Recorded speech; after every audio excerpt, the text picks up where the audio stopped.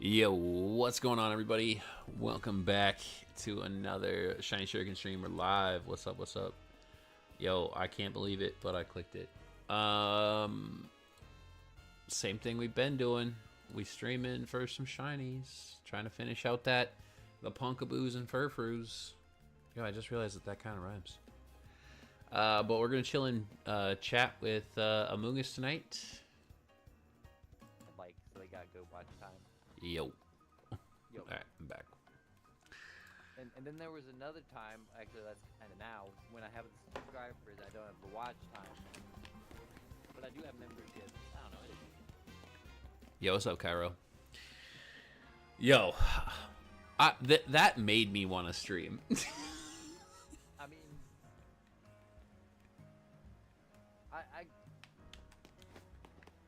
I don't claim to be the person to take YouTube advice from. I'd just be on here just hanging out. Whoa, what is this? Yo, what is this? I'm gonna tell you something about maybe one of these. What? Dude, just give me a super potion.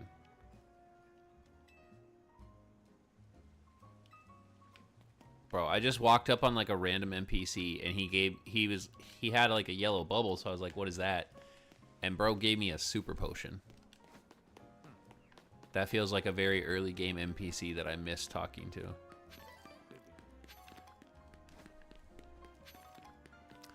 I don't know. Let me see. Let me bring this back over here. Forms. Maybe star me. Just thinking.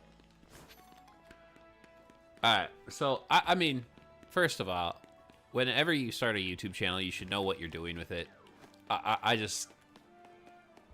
don't know. I don't know why you would ever start a YouTube channel and like, oh, I'm only going to do what other people want me to do. I don't know, bro. I mean, I know what you mean isn't quite what I'm thinking, but when you say it the way you did, it reminded me, I don't know, bro. I had a YouTube channel when I was like 12, 13, and I made anime music videos. I definitely didn't know what I was doing, though. Yeah, but you were... I've just always been that type of guy. I've just been on YouTube hanging out. You probably enjoyed what you were doing, though. Yeah, I was just vibing, though. Yeah, you just vibing. Like, that's fine. That's a direction. Like, I don't know. I feel like, especially like younger generation, like newer people to YouTube are very much caught up in the how do I get into the algorithm and get big. Oh yeah. So like, if that's what you want to do, and if you want to do it in Pokemon, like, I'm sorry, but there's only like one formula for a Pokemon channel. You complete playthroughs. You do ROM hacks, you shiny hunt, you battle, you open up card. Jesus, Windows, stop. I do almost all those things because I like to. Yeah. I've done a little bit of everything here and there. Like, I started my... I particularly enjoyed the ROM hacks basically over the Gen 9 era. I was watching a YouTube video today that was it was like complaining about Scarlet and Violet when it first came out, like the old video. Mm-hmm. And the footage that was in that video, I was like, oh my god, it was really like that. Oh. Yeah, yeah. Day one, Scarlet and Violet. Day one, Scarlet and Violet. I don't know. Yeah, I'm not saying I was nice to him about the way that game came out, but I was still too lenient. I don't know. I feel like I've always been pretty realistic in like what I know about Pokemon. Like with the games that are gonna come out. I'm like actually so mad about it because that's the game that should have came out. Well, I think what it was is that Pokemon was told, like, I think that what happened, they were told like, oh, the game, we're gonna be ready for you. So I think they made the game for the Switch too, and then Nintendo like didn't live up to what they were supposed to. I feel like Nintendo didn't meet the expectations of delivering the Switch 2. And Sleeping Snorlax, I mean, I have no idea what you asked. The question was, how do you think of long-form content? and you turned it into. Which got us onto a different type of. Well, no, we told you how to think of long form content, and then you said, yeah, but I want to make something only my community enjoys. It's like, okay, if your community doesn't enjoy your content, that's a problem. But like, well, maybe he's looking for a specific type of answer. So let me try to be more helpful.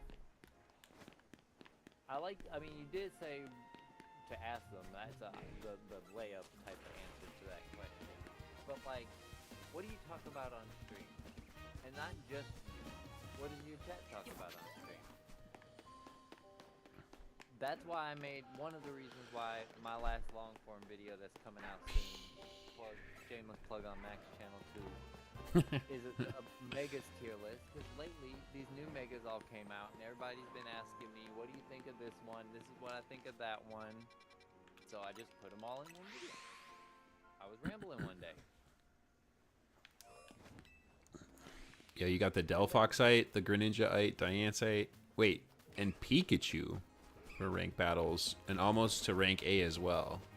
Wait, what do you mean by Pikachu? Like the Raichu Megastone? Like, I don't think that's out yet. Okay, I'm going to bring Unchill vibes. Barry, did you not read the title? You can't bring Unchill vibes. Yeah. Also, I'm a bad person to ask for YouTube advice, probably, because there's a lot of times that I just go totally off the rails, and I'll just play like a random PS2 game on my channel. I would say the piece of advice that I give to people on YouTube is consistency. Like, it took me a little while to hit my first 1K, but then my second 1,000 was a couple of months.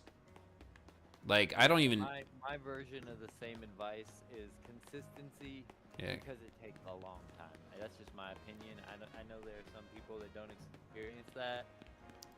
You got to keep showing up. It takes a long time. I mean, I started my channel because I just shiny hunt. So I was like, oh, I'll just shiny hunt on. I'm gonna play the game. Why not do it on YouTube? And then I was like, I also want to find other people who enjoy shiny Pokemon and shiny hunting. And I found an amazing community and made friends. And like, I'm not at 10,000 subscribers or any. Like, I lost my monetization. My monetization fell off because, I mean, well, I became a dad. I had a kid, so I went away for a while.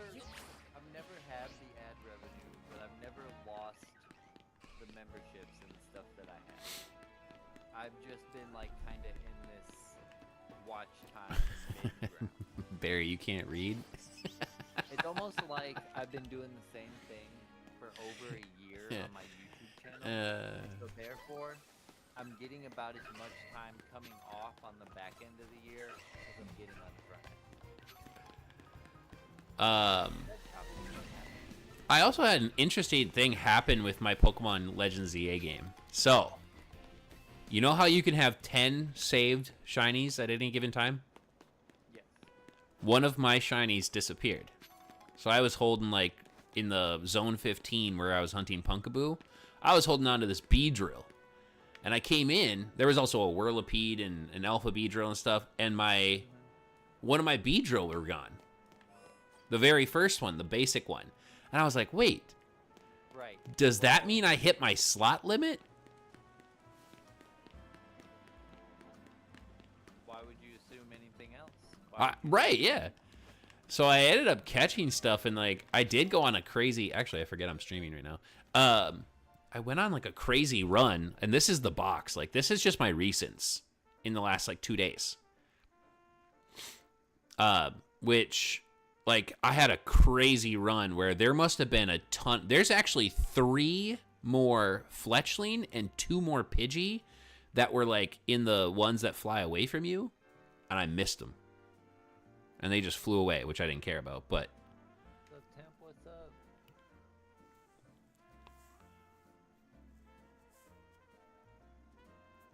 Your son's 10? Yeah, by the way, I don't know if I specifically said it. My son's 13.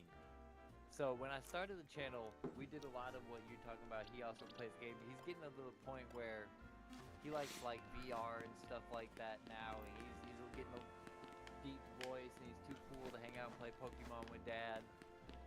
Oh, your Sometimes. team was Sometimes, Greninja, but- Diancie, and Pikachu. Okay. How's ZA going? It's good.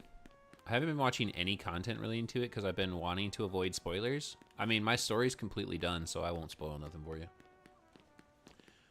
I'm a new dad. I mean, my daughter is 11 months old today. One more month and she's already going to be a year old. It's crazy. The other day I was talking to Carmen, got my license and it had to come to it too. VR phase recently. Yeah, that VR be hitting different, bro. That VR definitely be hitting different. VR's fun. I have a headset and everything, and I've played some stuff. I like the horror games on VR. VR, but like the younger generation, they have a tendency to be highly addicted. Yeah. Anyway, thinking of asking for the game for Christmas. I mean, I could talk to your mom for you.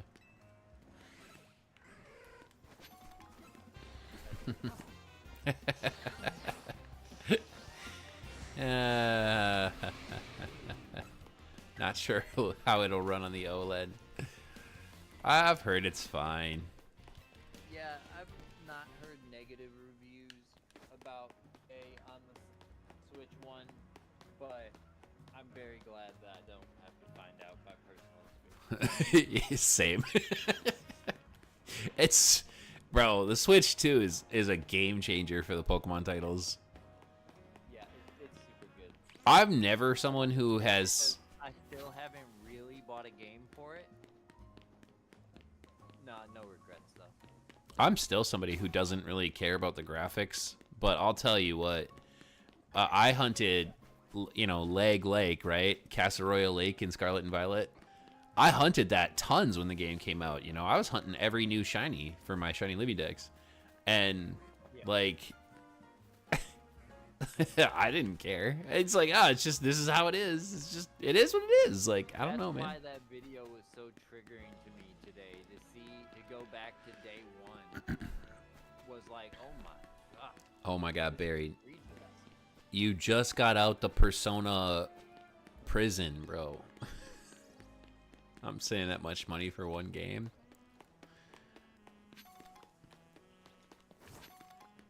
It's not just for one game, it's for all the future games that you would buy. Really played Pokemon for the graphics? I do not. I don't know. People say they do. People say they play it for the graphics. I have no idea. Persona 5 had me locked up. Oh, yeah, you said Persona 3, didn't you? My bad. Oh, she on a P3? That's my favorite one. Barry been in them trenches. That's the only one I know like a lot about, to be honest. There's a Persona fighting game, so I know a little bit about 4 as well. But like all the characters that I recognize and stuff. I need to play 3. I never did buy the remake. I think people complain about the graphics mostly because of how big of a company. Yeah, I mean, I'll be honest with you. I lowered my expectations for products from Pokemon. I did. And it's helped me immensely. The games, I just kind of have the approach of the games are going to be what the games are. Like, anybody who's mad about Legends EA and the windows of these buildings, like, you need to look in a mirror and realize what you are saying. I mean, people, I understand it to the extent of, I personally complain sometimes because I don't want to feel like I wasted my money, though. You got to give us that. But do the graphics of a building make you feel like you wasted your money? Because for me, right, it's about the gameplay. All of the gameplay in this has felt like Pokemon. Yeah, but it's kind of a shame you have to do that for these games. Yeah, it is a shame. Yeah, that the billion-dollar gaming company that we all love so much can't put more effort into this stuff. And like, I wouldn't call Scarlet and Violet a waste of money. No. But had they not changed the state of the game when it came out, that is not deserving of the price point in any way. I mean, it's hard to justify a lot of these games' price points at this point. What can we do? I mean, here the thing is, right? Like, what I look for in a Pokemon game, I look for some okay graphics. Like, I look for smoothish graphics. But, like, okay, look at this. Look at this, guys. You're telling me, okay? You're telling me that Lumiose City, the center of Kalos, where all roads led, the Paris of our Pokemon world, is a tiny little city in the center of the mountains with nothing in view beyond it?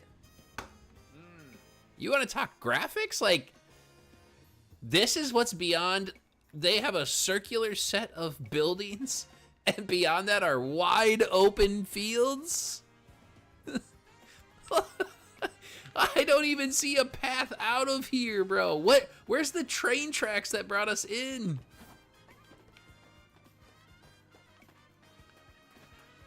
Says the style and aesthetic that sells it for me.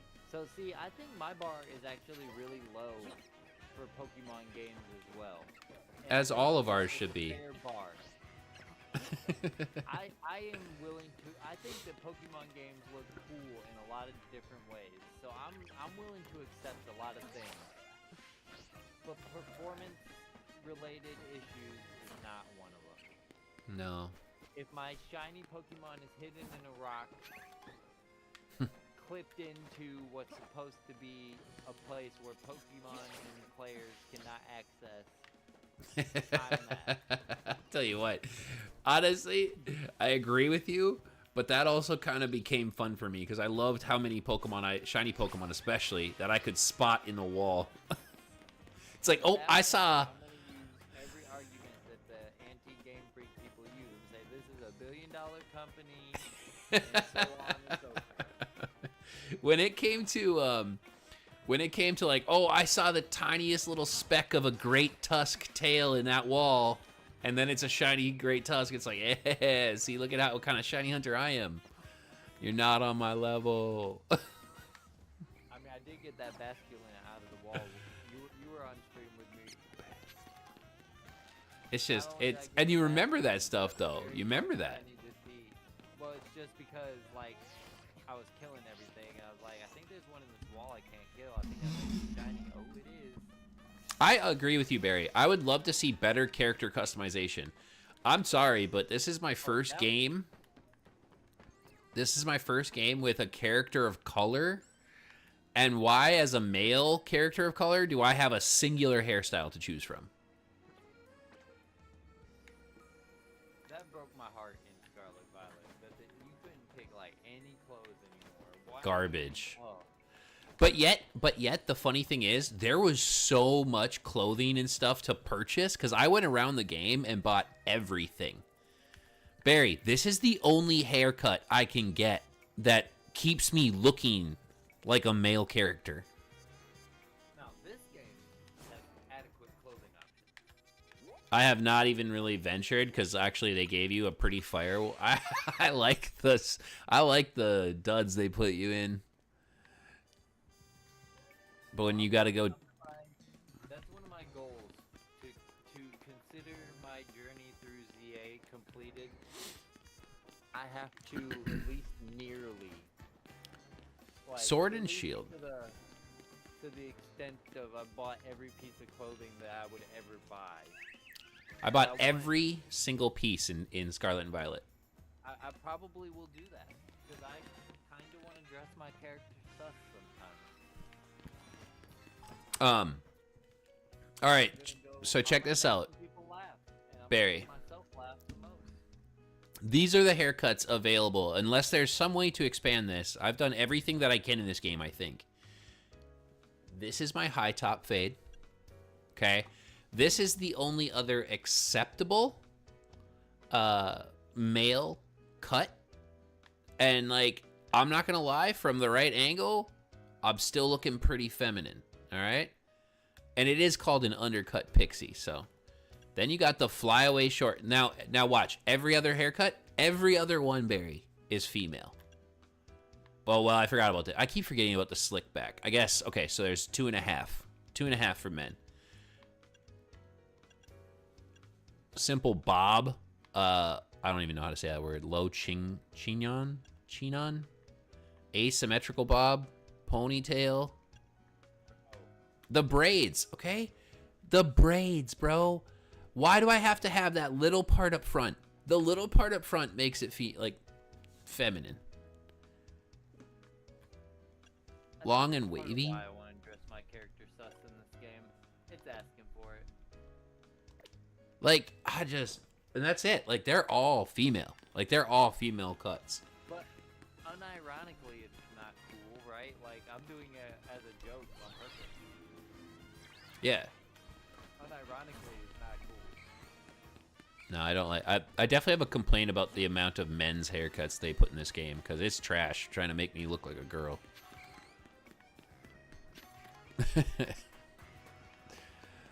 Mac dissing the French way. I'm not dissing the French way. I'm dissing Game Freak for not including more stuff.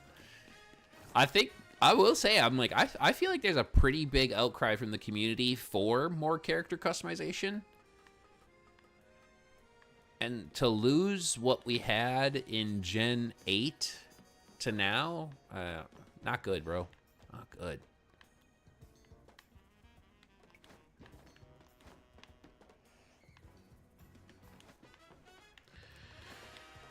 Also, what's up, Tim? Okay.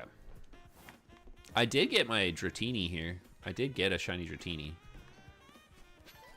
This is where I got mine. I just seen the chat about the Fortnite though. Well, also Fortnite isn't $70 this free. Game Freak really saying Lumios slain too hard. Also, what's up, Zach? What's up, Edgy? I don't know. Yeah, I don't know. I was kind of disappointed with the customization, a little bit. I like the clothes. Yeah, you're right there. You're right there. I can't help but concede on the specifically males. I guess if you want to make a female character, you gotta reach for options, but which I don't mind. Out. I don't mind the females having more options than the men, but, like, give me something, bro. I can't even get a haircut. And I also, one thing I don't know if it's different if I were to choose a white character. Well, I have long hair. I mean, I guess one thing is I choose female hairstyles for my my male character's hair on purpose. And it just makes sense because it just is the way it is. Yeah, is there any... Seems like hairstyles are fine as long as you pick a white character. Is that not crazy? This game's racist. My personal thing is I like the more feminine side, but I can understand that there is an abysmal choice for masculine hairstyles in ZA. Yeah. No, I'm happy for the people that are happy for it, truthfully. I've had, I'm a white male. I've had my pick of things for a very long time. Let's just say that. My pick of things.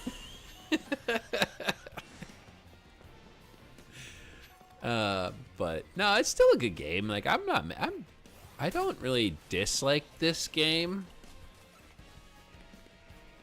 Um,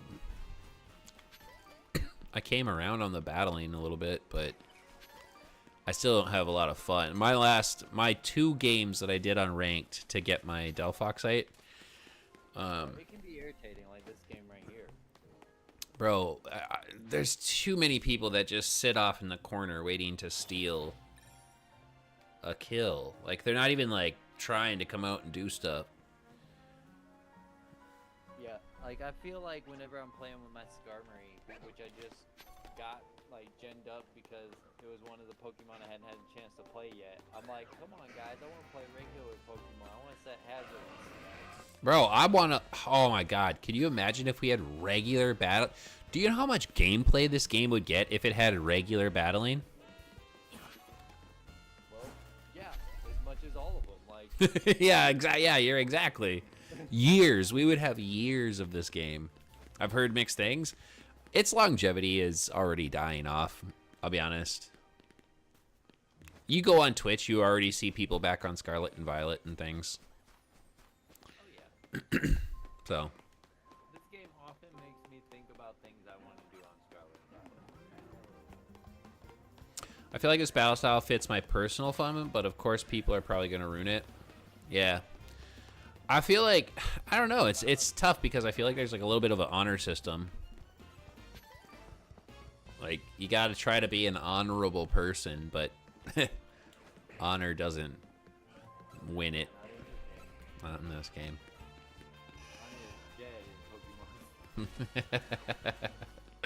Like a 1v1? No, I'm talking about ranked, or, well, any type of battling in here. 1v1, you can't sit in the corner, but... I think maybe they're asking, like, what type of battles we want, like the normal type of battles. Yeah, we just wanted a 1v1. Yeah, my turn-based, my chess-style gameplay. I want normal Pokemon.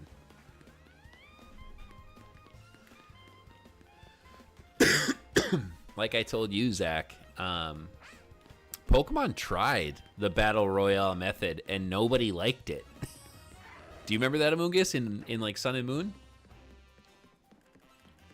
That's true. Nobody ever played that, ever. Yeah.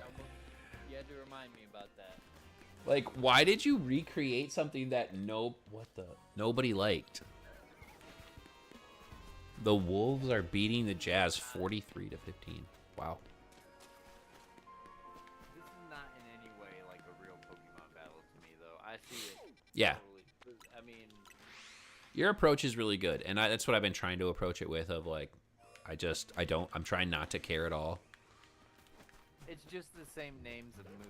This is just silly shenanigan battle.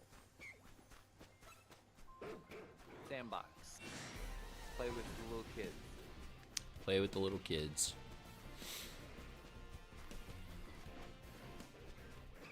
I liked it to a degree, but it felt so unbalanced or like too short. Like too short of time. We gotta slow down running away. Like a Guilty Gear Strive negative effect. That would be kind of I would say excuse me. I would say one thing too is like I can't, I accidentally clicked, I had my Ampharos and it had D-Gleam on it. And I accidentally clicked D-Gleam when I meant to click Flash Cannon, which was on my Y slot. And I hit D-Gleam on my B slot, and I couldn't cancel it. And my Ampharos just ran right into the death of a hit. And I'm like, cool. This is great. Like, can't cancel that. I can't change the move. I can't overwrite it. Like, how is that real-time battling?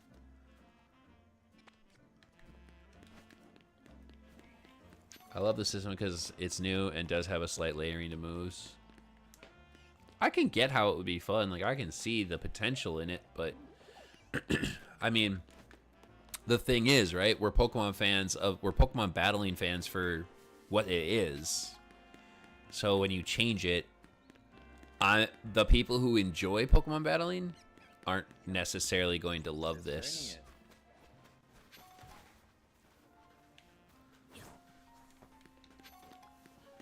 I feel like the Pokemon don't get balanced in ranked balances. Now they let Yveltal and Xerneas. I don't feel like you need Xerneas. that's like exactly what I was about to say.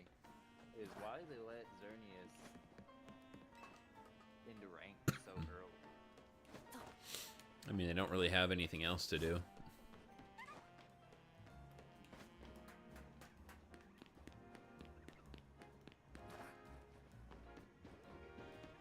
I mean, you're never gonna catch me on the Xerneas. I am clearly not playing top tier.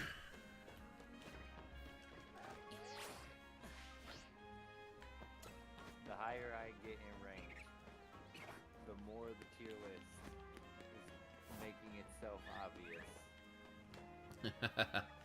I think Metagross is like one of the best in the game, from what I know. Excadrill is very highly ranked. Garchomp is up there. Garchomp, Metagross, the two legends.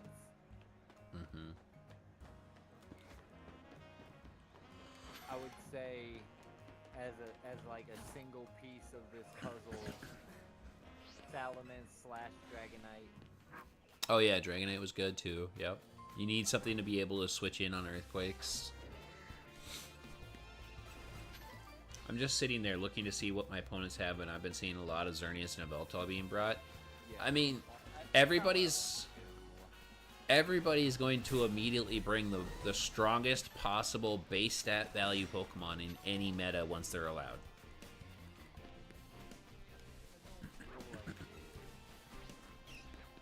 And for people like us in these communities, right, like Among Us and I don't love bringing legends nonstop. Yeah, bro, I wanna play with my The silly looking Starmie. bro. I used Mega Scolipede and he wrecked. I was doing damage with that thing. I And could probably mix it up a little bit. Mega Scolipede was fun. Scolipede is fun. That's what made me think I'm gonna mix it up a little bit. Mega Starmie has grown on you. I'm mixing it up in that exact direction. It looks hilarious. Mega Starmie's alright. I didn't hate it. I'm on a little bit of a drought. I've only had one today, I think. Yeah. No. Mega Starmie is one of the megas that I don't love at all. What is today? The 7th? Like Never mind, I've had I'm just playing stuff. I've had three shinies today. Stunfisk, Flabébé Blue, and Gardevoir. Alright, let's lose the Malamar now. Where's that Mega Flygon at? Probably coming. Oh yeah, Malamar's about to get like mega smoked by all these Xerneas, but that's okay. It won't be as bad as Scrafty, I guess. Yeah, actually, it's gonna be just as bad because we're gonna get it worse than Yveltal. It's funny that people brought Yveltal a mix and I still beat them with a Light Ball Volt Tackle Pikachu. Nice.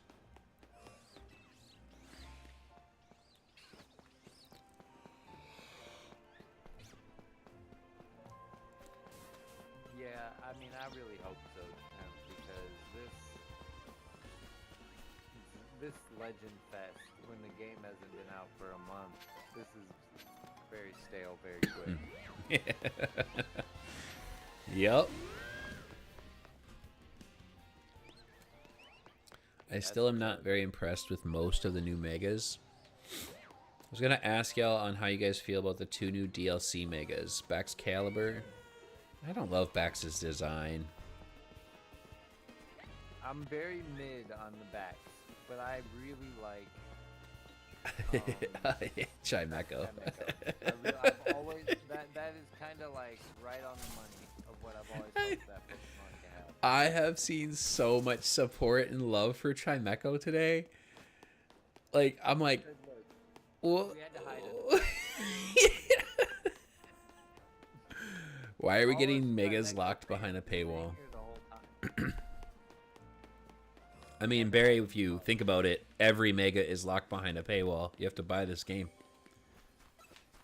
And then there's a second paywall for more Megas. Yeah, I mean, that's kind of unrealistic expectation because, right, this ain't no free game. Yeah.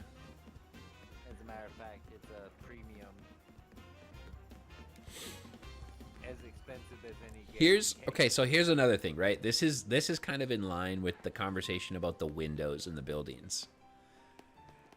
What did you guys expect? Everybody was mad about the DLC announcement, and they're like, "It should have been part of the base game." No, no. No, There was There's nothing inconsistent about it or anything. there was always gonna be a DLC. Like, people are strange. Like, this is nothing new, bro. Like, Sword and Shield, we had 2 DLCs. Scarlet and Violet, we had 2 DLCs. I guess Legends Arceus didn't. Legend Arceus didn't have one. Legends Arceus was bad. For you, I have over 1,000 hours in that. I feel like this game makes it a little more obvious that they could have done a lot more with that one. Yeah, true. But I think that was their litmus test. But you were saying something earlier, and we got a little sidetracked, that I definitely think explains a lot of the, well, let's not give them an excuse or anything, but explains a lot of the issues with the way the game's been made. I think that the delays in the Switch 2 actually did affect the Pokemon company in a major way. Oh, definitely. Like, they were told that they couldn't and could do certain things, probably, or very apparently. And I don't know when Sword and Shield DLC got announced. I mean, I could look it up, but also I think that was the first time we ever had DLC. But technically, we have had a bunch of DLC before, right? Black and White 2, Platinum, Crystal, Ultra Sun, Ultra Moon, Omega Ruby, Alpha Sapphire. All that's hey, Pokemon invented DLC. That's kind of DLC. Like, let's see here. Crown Tundra and Isle of Armor. Isle of Armor announcement date.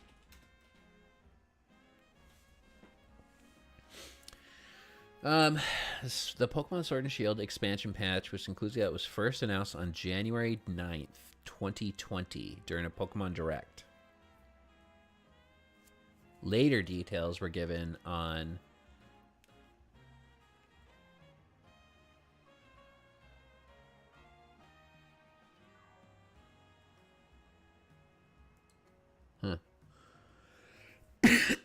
so January 9th, 2020. So your Pokemon Sword and Shield release date. 9th, 2020, November 15th.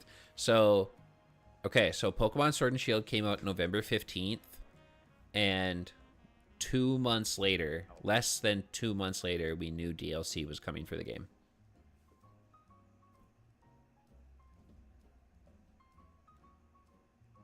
So, I don't know.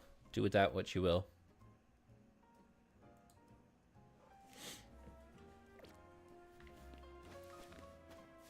This DLC was planned. Yeah, I definitely think the DLC was planned, for sure. I do not think that they spliced up the game.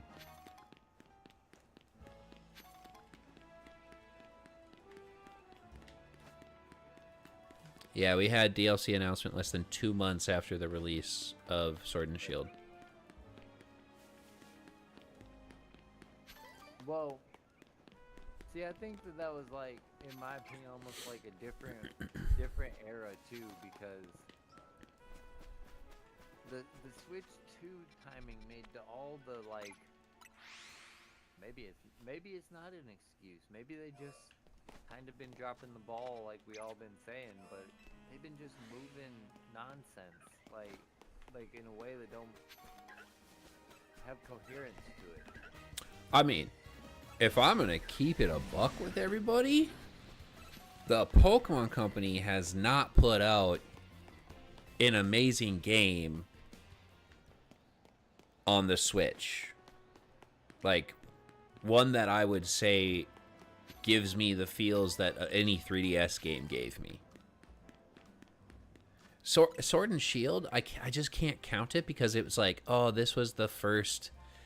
I would say I almost felt differently about Let's Go Pikachu Eevee because like that was the first time I put my Switch on the dock and played a Pokemon game on a big screen TV and like had the nostalgia of Gen 1.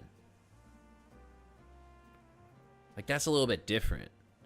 But then when I feel pretty strongly about Sword and Shield. I think that I it's love one of the Pokemon games I enjoyed the most ever. Sword and Shield may very well be my favorite Pokemon game of all time. Right up there with Ultra Sun, Ultra Moon. I think Ultra Sun, Ultra Moon beats it out.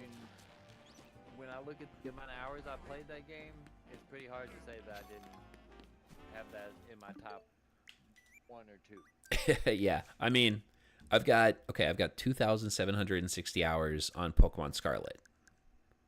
I have 3,365 on Pokemon Shield. Like, Pokemon Sword and Shield was on a different level. But again, I'm gonna say I think that's because it was the first Switch title. Big like main. Let's Go Pikachu and Eevee is a mainline game, I know that, but like I think Sword and Shield gets a different treatment just because of like the installment point. Does that make sense? I mean, it does, but it's very hard for me to disconnect. Like, because me and Arts, we made a video once upon a time about tier list of the Switch Pokemon games. And when it came to Sword and Shield and certain other games,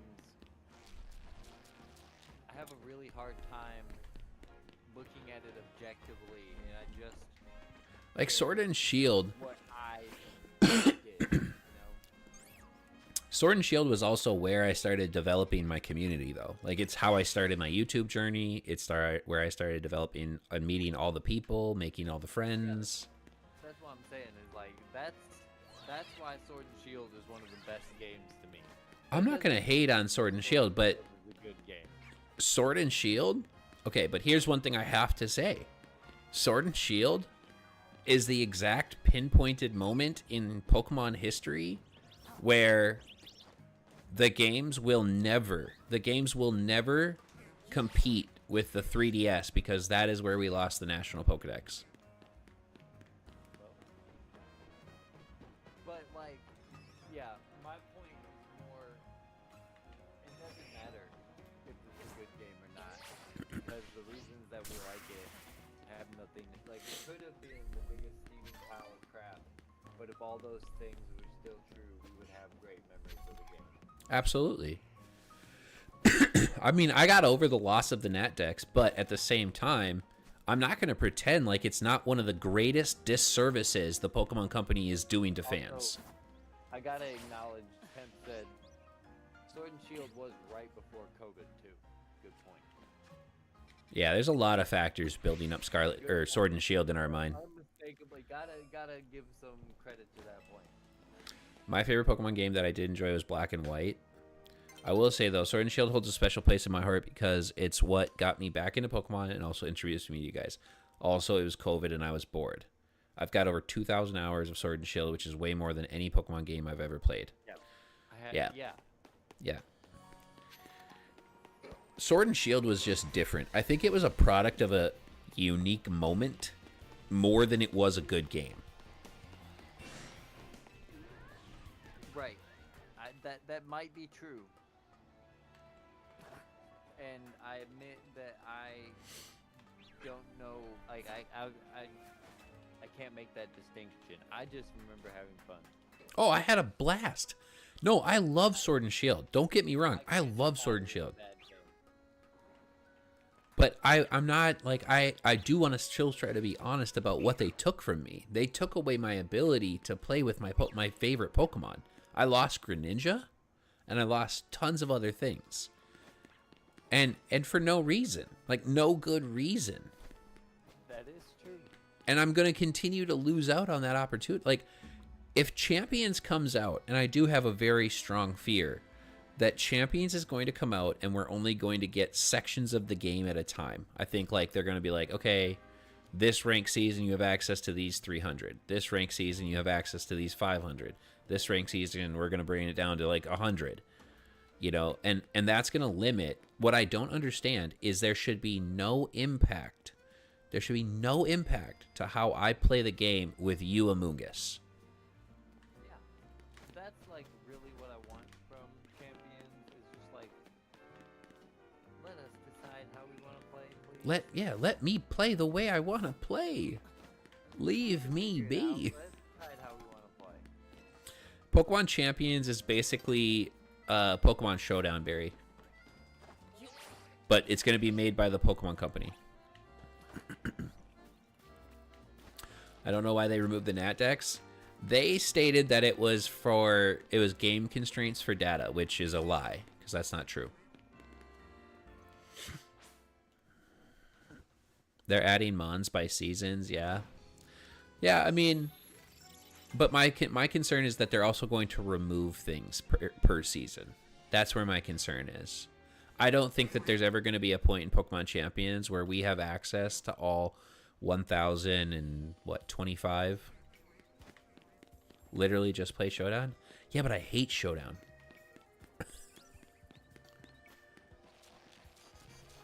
Yeah, also you gotta understand, Showdown's clearly not coded exactly like the Pokemon game. Their RNG is way different. And Champions is going to be free to play, Barry, but it's going to, like, in order to rent the Pokemon, like how you would use Showdown to just build a Pokemon and use it, in order to rent a Pokemon in Champions, you have to do a lot of in-game play and earn the in-game currency to rent them.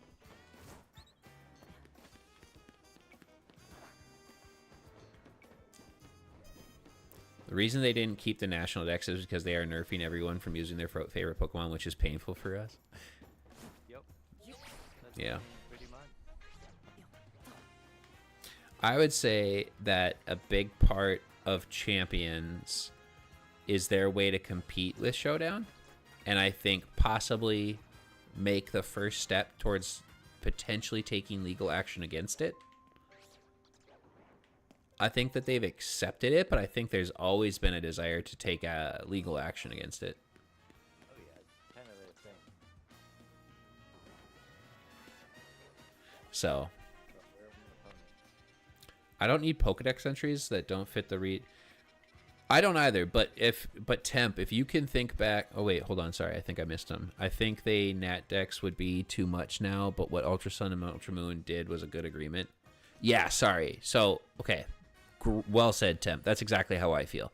I just say Nat Dex because I'm talking about the inclusion of all available Pokemon, but I don't need I don't need them to be a part of the story. Like, you can have a regional Pokedex of like 400, but then give me access to all my Pokemon after the story is complete. Yeah, that's the whole thing. Yeah, I have never cared that the Pokemon were a part of the, like, you don't have to make a new region that for some reason has every Pokemon. I don't need that. Right. Yeah, we're just saying let us play the way we want to play. Like, once we bought your game, once we've played through your story, read in your credits and all that stuff, just let us play the way we want to play. Yeah. Why couldn't I Dynamax Greninja back in Sword and Shield? I don't know. I don't get it.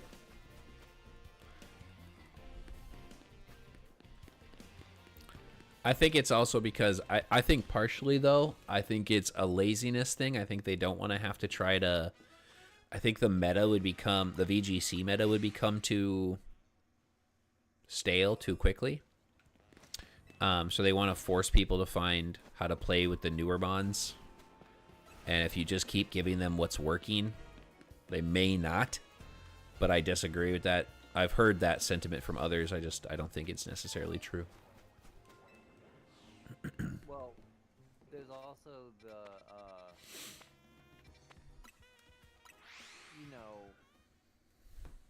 how do I explain it in simple terms, how you have to... Pokemon on a competitive level is very time intensive, and like, there's a cost to it. It's not a monetary cost, but they want to keep you in that loop. Yeah, yeah, they definitely. I mean, if you're like most of us in terms of Pokemon fandom, once you fall in love with a game, you're gonna want every game.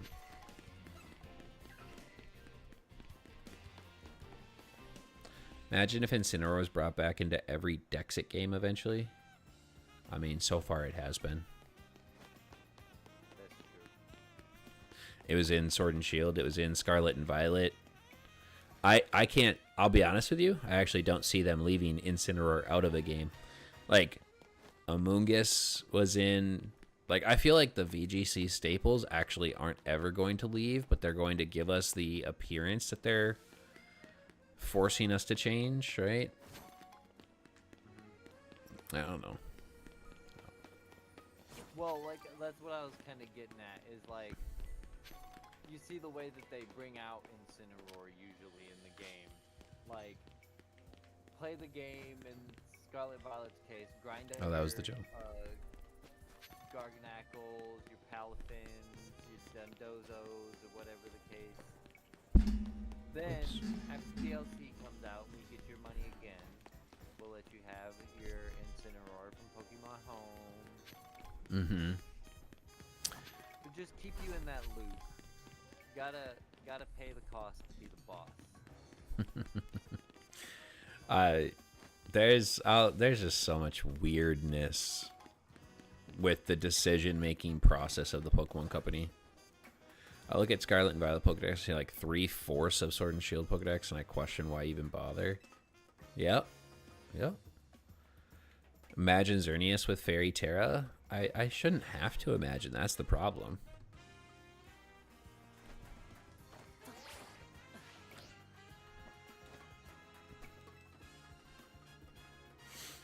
I don't know. I think it's just weird. I think it's weird. Like, they made the decision. They came out and said they're like, we're gonna start shiny locking. We're gonna shiny lock all the starters going forward because we don't want you to sit there. We want you to get into the game and play it and enjoy it with other people. Like, if you really break down that assessment, like, that's such a weird thing to do, because why do you care how I play your game? I bought your game. Why do you care if I get out of the briefcase simulator at the same time as everyone else? Right. It's gonna, at the same time, it's not for some people. I'm not gonna do that. Yeah. I'm gonna play the game. Like, you should be glad you have a mixed variety of people. What's your opinion on the Beyond level cap in hyperspace for DLC? Without much knowledge of it or how the gameplay is going to go, I don't love it. But It's I mean, more silly. It's gonna be on brand with how this game already is. It's just silly shenanigans. yeah. See, like, it's like changing the battle method. Like, I didn't want that or ask for that, but okay. I didn't ask to start going beyond level 100, you know? Hey, that's not one of the complaints about the games I've ever had. like, it's like, bro, is there a part of the community that, like, I just don't have access to on Twitter that's been complaining about this stuff?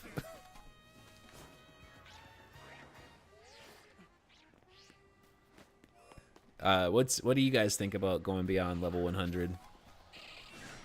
Well, it reminds me of Pokérogue, and that was just shenanigans. Like, it made Pokérogue a different kind of game where it's like, I mean, this isn't like real Pokemon, but it's like, what if Pokemon? And I did have my little kind of addicted phase to that game, but it's not the same.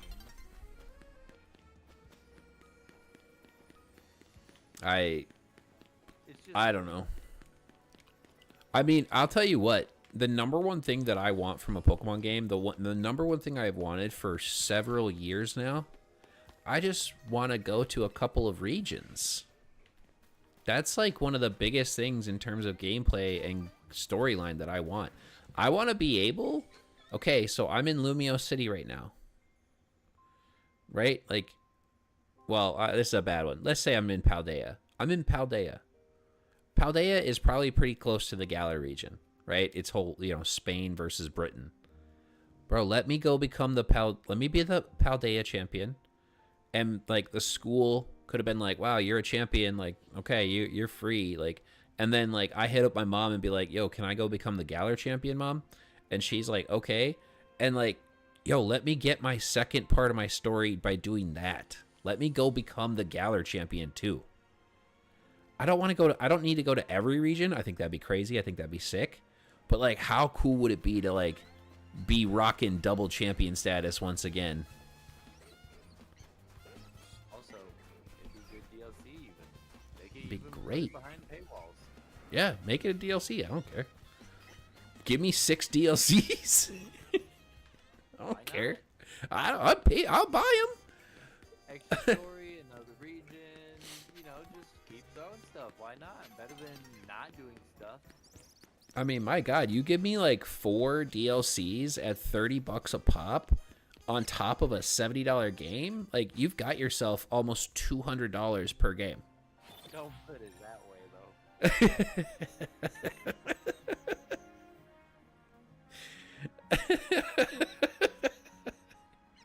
I don't know.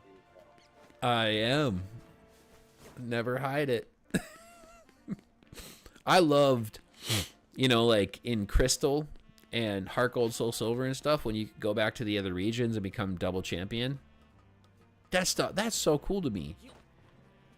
Right? Like, a lot of us care about the ribbons and the marks and stuff on our Pokemon and the Pokemon that we've carried generation over generation. You give me a chance to, in a singular game, add 2 champion ribbons to that Pokemon? Bro, that game is an instant classic and go-to for me.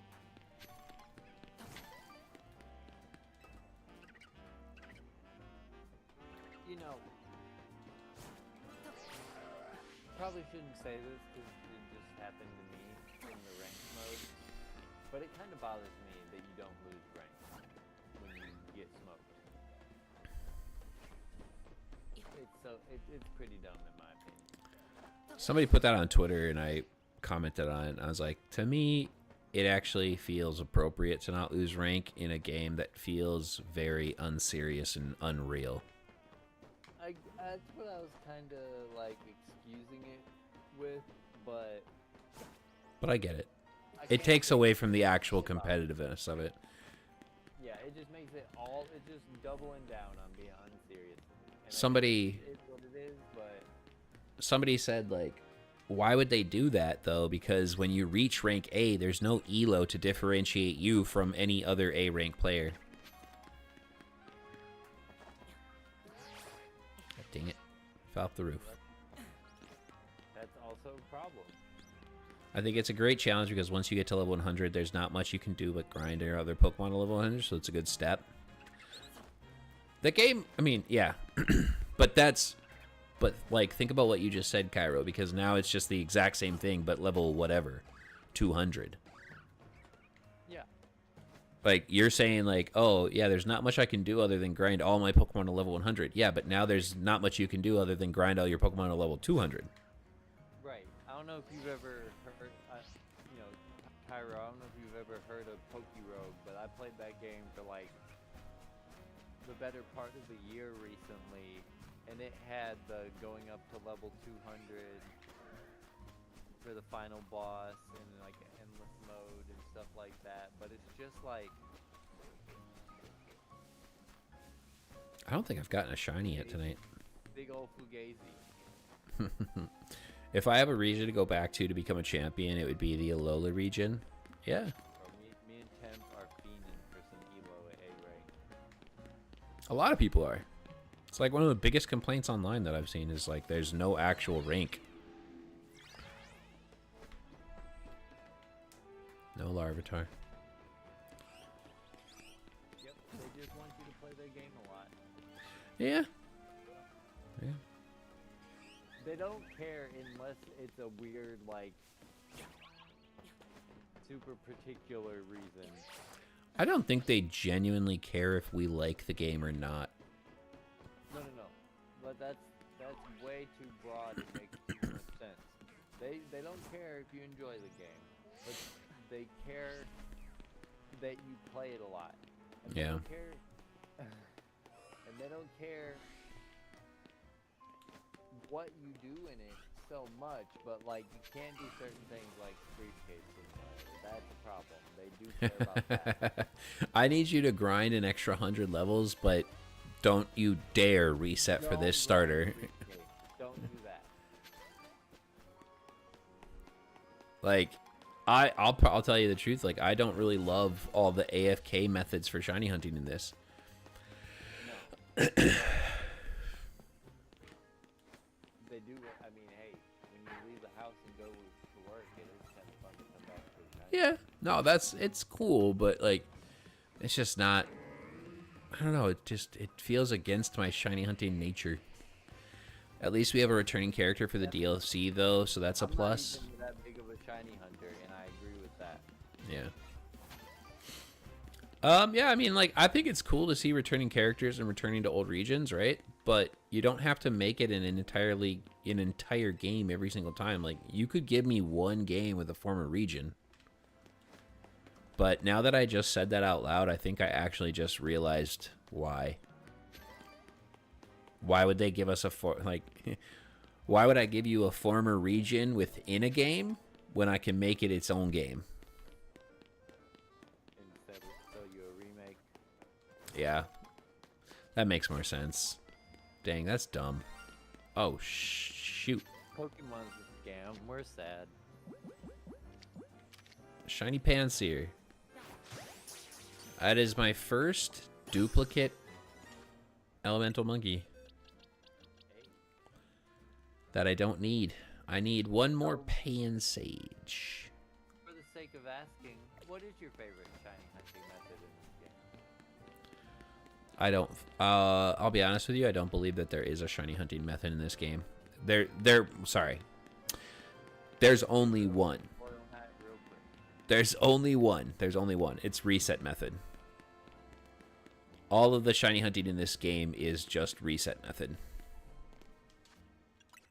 Well, I agree with that, but okay, I see what you're saying.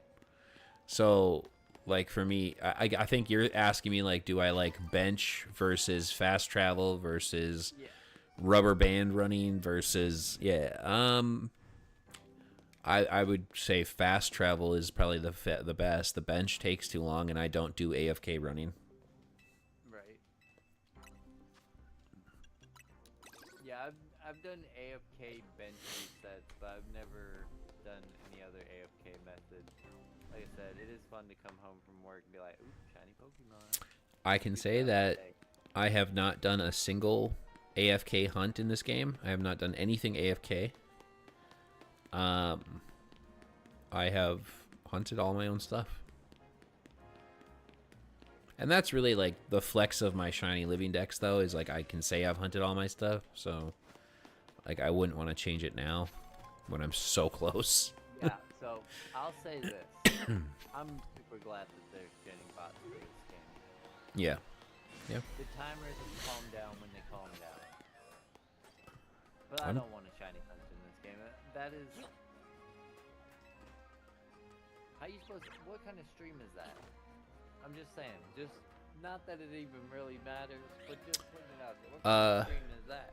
I saw... What's his name? Puffin? Do you know who that is? Puffin? I think I do. I think he's a bigger one. Yeah, I think I have a person in mind. Puffin... YouTube. 21,000. Yeah, he's got 21.5 thousand subs. He's a bigger one. He's got like a penguin mascot sort of thing. He does a lot of Pokemon stuff. Yep, And I saw at when game released, and as soon as we knew about AFK hunting, he had live streams that he wasn't even present for. I ain't gonna say the thought never crossed my mind, but what kind of stream is that? Right, I agree with you. That's why I brought it up. Like, what are you doing? Like, why are you guys watching this? It was just music and his character running around in a circle. Like, okay. I don't know. I watch live streams to interact with someone. or to hear opinion. Like I'll be honest, I watch a lot of live streams to hear the opinions of creators, to hear opinions about Pokemon and stuff like that. And because I also want to talk about it.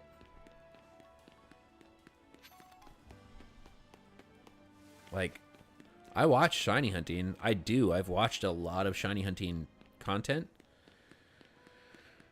Because it's like, it's kind of fun to shiny hunt with someone else at the same time. Like, hey, I'm shiny hunting, you're shiny hunting, I'll watch this. But then, like,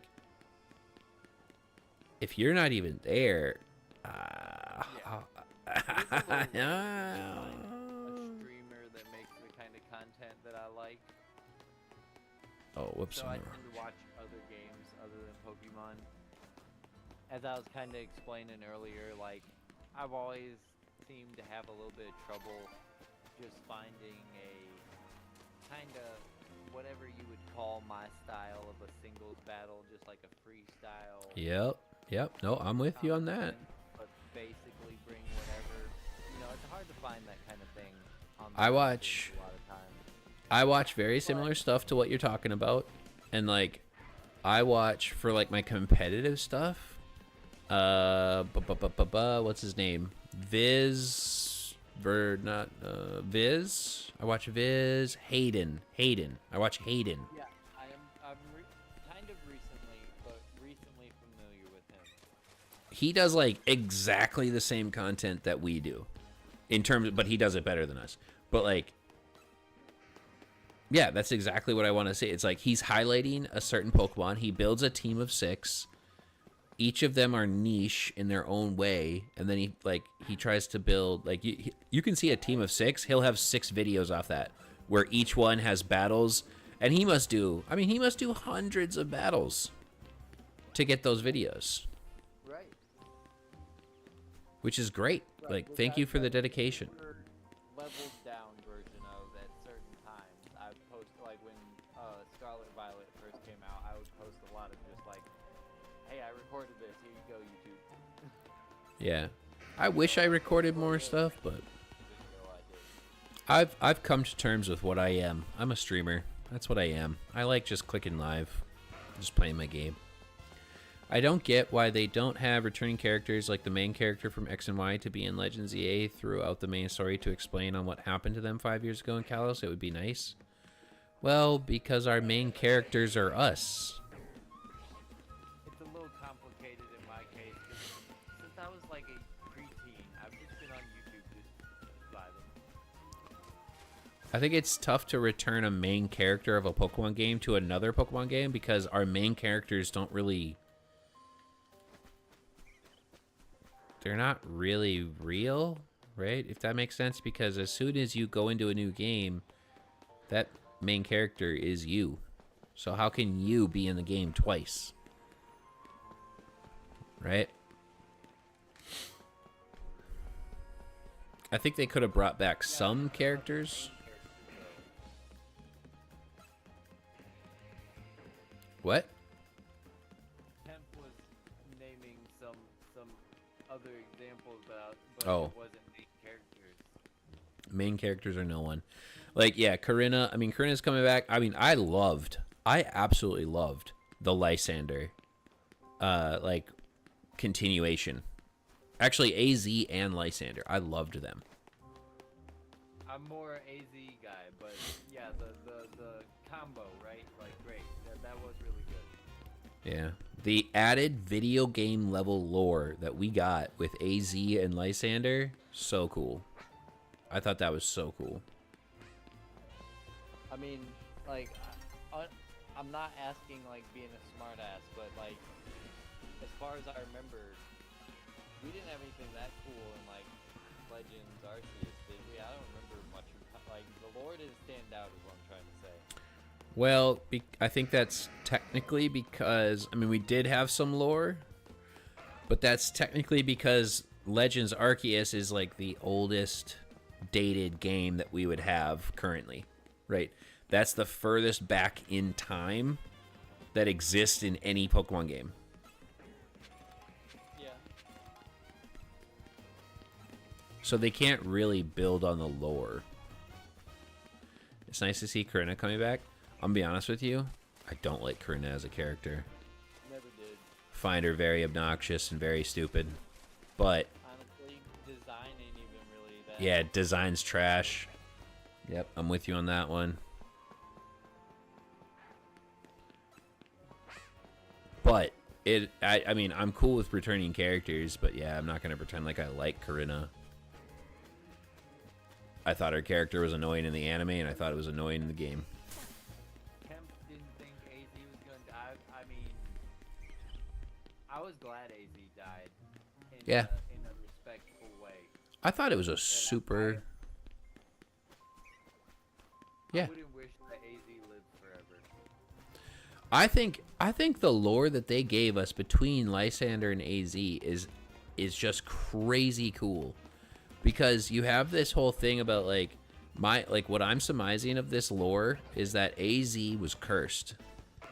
He was given a 3,000 year sentence to walk the earth for the tragedy that he caused in the past. And the conclusion of his life was meant to be to try and rectify it and stop it from happening again, and that's what he did. And then Lysander, he caused the same tragedy, and now he has taken over the curse, and he shall walk the earth for 3,000 years. I thought that was really cool. Thought it was a great way to end AZ's story. Like Amungus said, respectable. I liked it.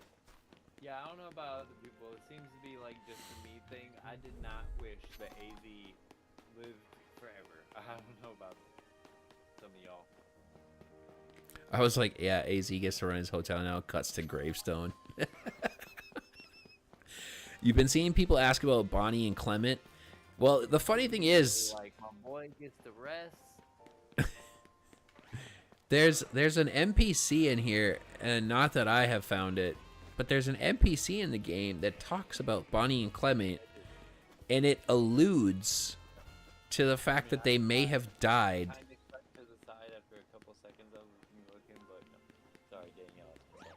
Oh, no, you're good. There's a NPC that alludes to the fact that Bonnie and Clement died. And I saw the screenshots of it. I haven't been able to find the NPC myself, but I saw screenshots of it that said, because it refers to it as there was a really nice brother and sister that lived in this tower, and they were it just refers to them in the past tense. You could also take it as they just no longer live in the tower. Right. But yeah, I mean, it stands to reason that people did die that day. I mean, the only reason you would think they didn't is because it's a Pokemon game. Yep. The only reason I would, yeah, and most of the destruction was at the tower. If they lived there, right, there's a chance. Now, the anime would also lead me to believe that they didn't die, because they obviously didn't die in the anime.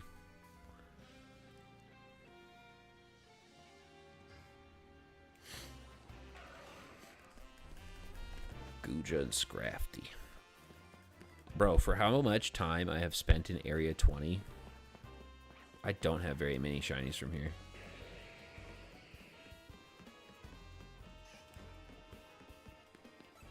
Run away, run away, run away. Nope, never mind, we're going back in. That didn't work out for me.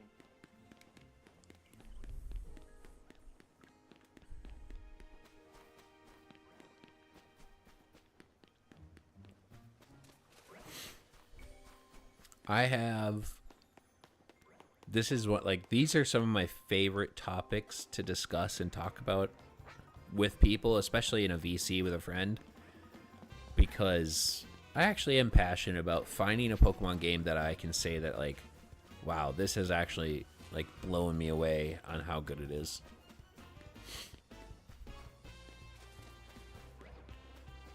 And I do think a secondary region is one step to getting me that game.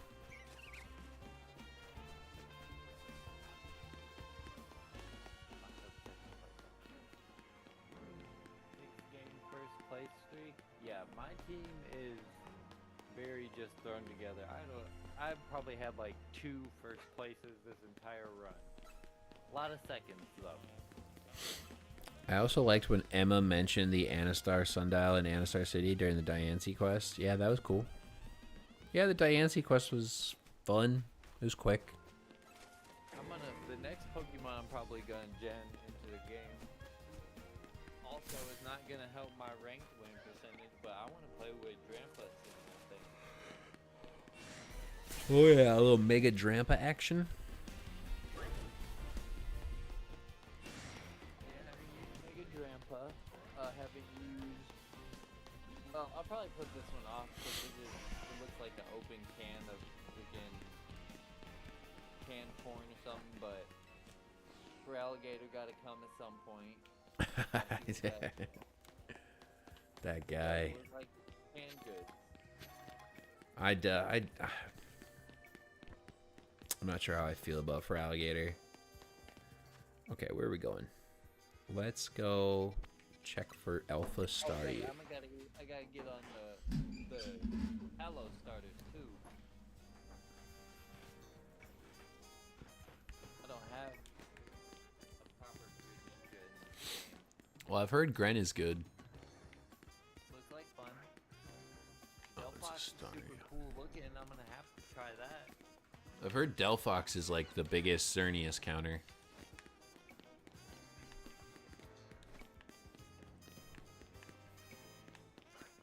It resists Moonblast and Focus Blast. Or, yeah, Moonblast and Focus Blast.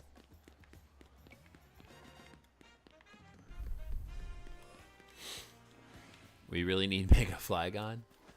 I'll be honest with you, I don't. I think another thing that's helped me out is I have not had any expectations for the Megas. So anything and everything that... What's that? I was reading chat. Green is good, but Delphox is amazing. Oh, I think like, what is the word? Tempering or tapering my expectations. I don't know. Reducing my expectations of Pokemon games has really helped me just accept and embrace these games. I think they call that cook. Yeah, you're probably right. Yeah. I mean, I just don't care. It's like, oh, the game's gonna be what the game's gonna be. Like, what are we mad about?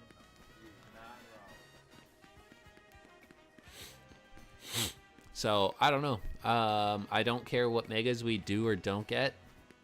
Because for me also, too, right? Like, one major thing is... I don't care about battling in this game at all. So the Mega usage really doesn't matter to me anymore. But my guy, NBA Chameko, though... Heat Chameko never Victory broke Session. again. Like, once we get into Champions, and, like, I'll be like, oh, man, maybe there'll be a moment when we're in Champions, and I'll be like, oh, I wish they would have added more Megas to ZA so that we could play with more Megas now. Maybe that'll happen.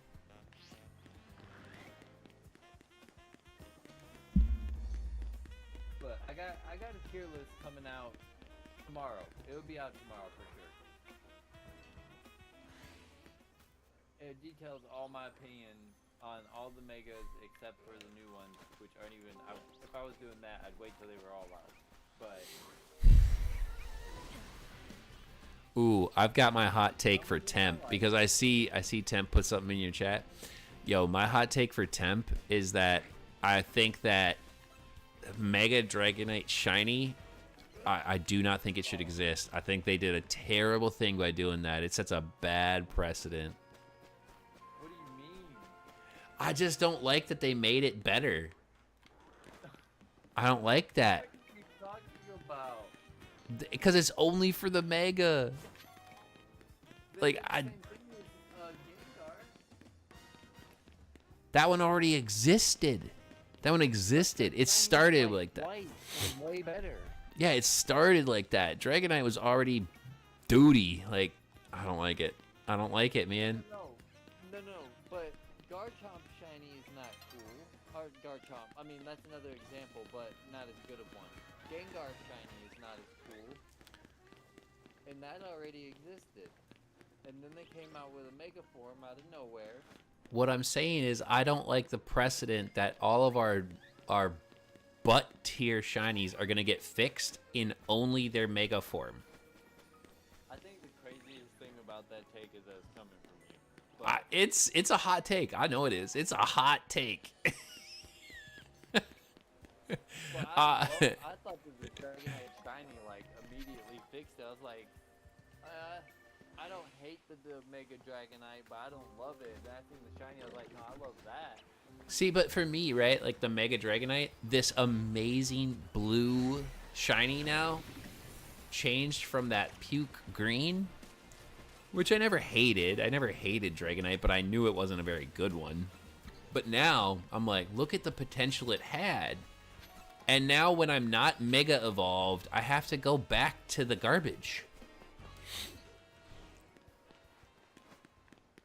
I mean, I feel the same way about Gengar. It's like, dude, look at how good it is as a full white shiny. It's like a little bandage over it, you know? Exactly, that's what I'm saying. Is like, I don't like it. I don't like it. It sets a bad precedent. Like, you're telling me you know you have bad shiny Pokemon, and instead of fixing it, you're like, we'll show you guys what it could have been with a Mega. What you don't like is that they won't just fix the shiny. Which I don't necessarily want them to do that. I don't want them to change the shinies. Right. I was saying, how would you feel if they did that? That would be really crazy. It would. I mean, and it is funny because now you have the Slowpoke that got changed. They changed Slowpoke. It'll be interesting to see if we keep the more purplish Slowpoke. I would say that's crazier than Dragonite.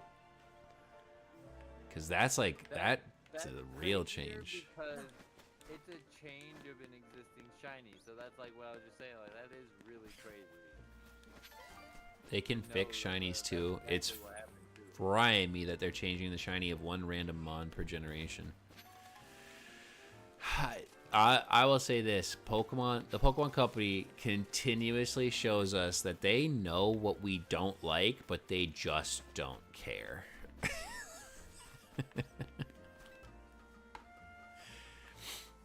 They're like, we hear you. We just don't care.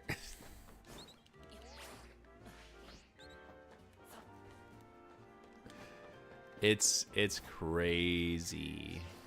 Crazy.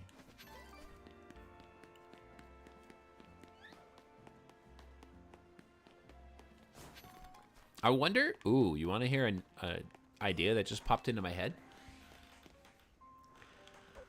I wonder if they'll use, if there is a second DLC or if it's just one. I wonder if they'll use this to introduce a new Pokemon, like a generational, like a new Gen 10. Like, give us a little teaser for 10. Not tempering the expectations. No, that's not. That is not tempering my expectations.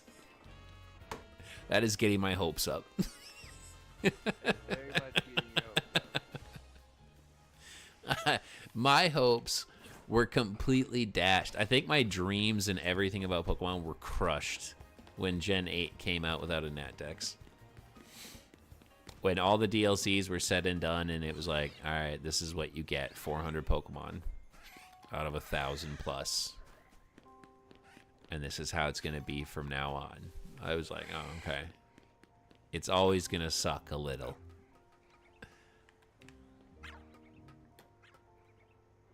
Pokemon fandom. It's always gonna suck a little. That's what we are, like our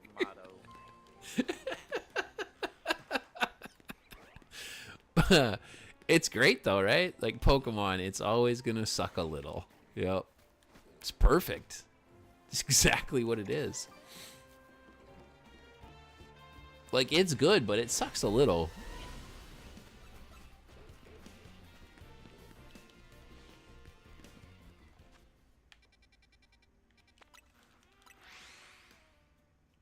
I just got a spikes kill. That was tight. Ow. Oh man. Oh man, I keep forgetting it's morning. When it's morning time, I'm supposed to come and hunt the Drampa. I always forget that. You only have a quarter. You have a quarter of the day cycle to hunt Drampa.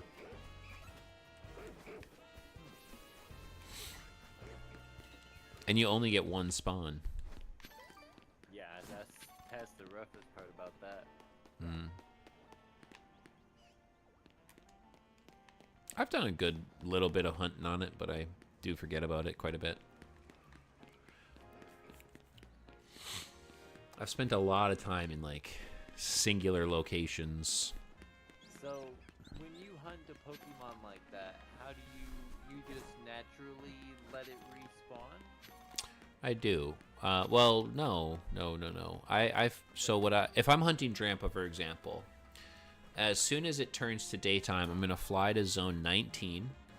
I'm gonna run in to the earliest point in the map that I can see Drampa. If I am unspotted, I will fly back to Zone 19 and reset that spawn and do that as much as possible. But unfortunately in Zone 19 you get spotted a lot, so I have to run in a little bit further until I'm unspotted and then fly back to 19 and reset. That's how I do Drampa. And when that running causes the game's time to go, you then naturally wait. Yeah, because I don't really care. The only Pokemon I bench reset for was Watchog in Zone 10. Up on the rooftops of Zone 10, there are 3 locations that you can hunt Watchog. And you can actually run back and forth between 2 of the locations and hit some benches and reset the time of day and reset the spawns that way. So that's the only bench reset I've done.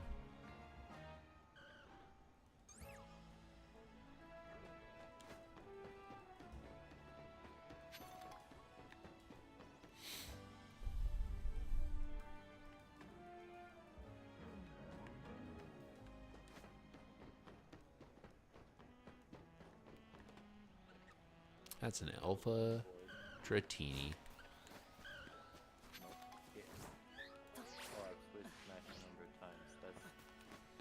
Wait, am I behind? I must be behind in your stream. There we go. We're cooking though. Hunting for Alpha Drampa in Zone 20 unironically might be easier.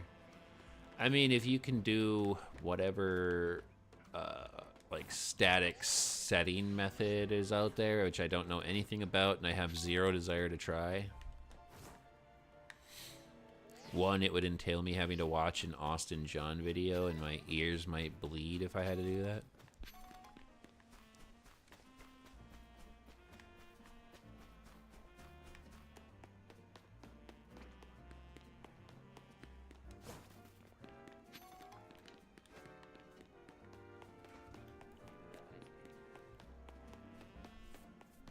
How do you feel about the charge up time that special attacking moves take in this game? What do you mean? Special attacking moves take a little bit longer to like happen after you've selected them than physical attacking moves.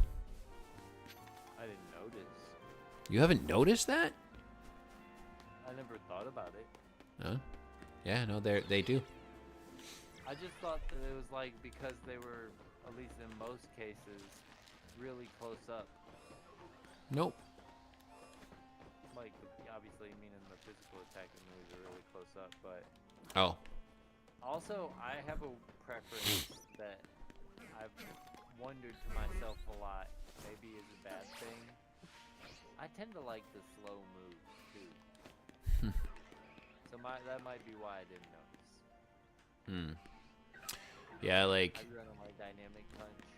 There's plenty of times where I was in ranked and I was clicking Ice Beam and something else would happen before my Ice Beam went off so I wouldn't get my kill. They have better tracking for the most part though. Yes, the special attacking moves are a little less avoidable.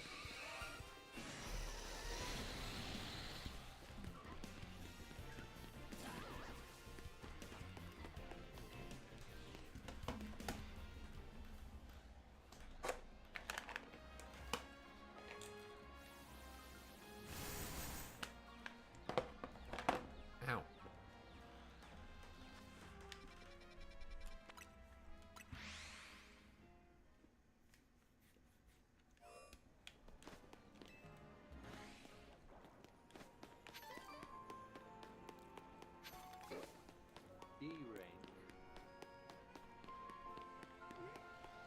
On your way to that A rank.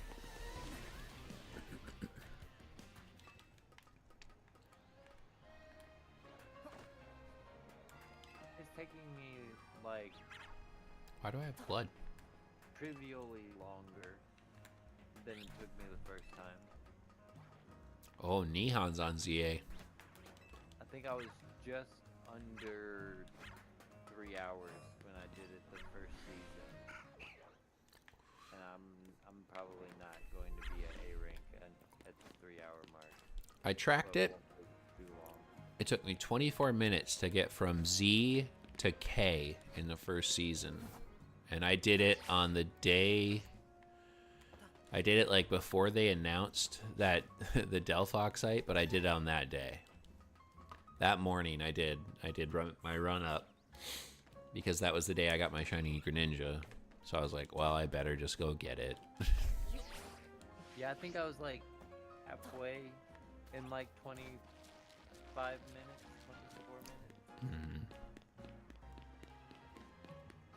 It's not very hard. I did get first place in all of those though, so I mean that was probably a factor. Oh yeah, like I'm like almost always second place. It seems like this run. Yeah. I said to 10th before. I've had so few first places, but whatever. I did 2 matches to get my Delphox site. I got first place and then second place. And honestly, I was tied for first, and then in the last like 7 seconds, a guy sniped 3 kills to take first. I'm like, wow. That stinks. Yeah. I just like to send out the Pokemon and let them run around. Are you always here? I feel like I forgot that there's an Absol up here to check. I've been checking Absol a little bit over by the Furfru one. What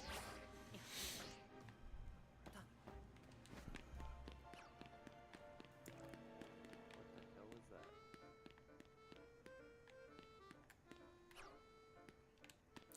Yeah, I feel like I haven't had great luck today. Not great luck for sure.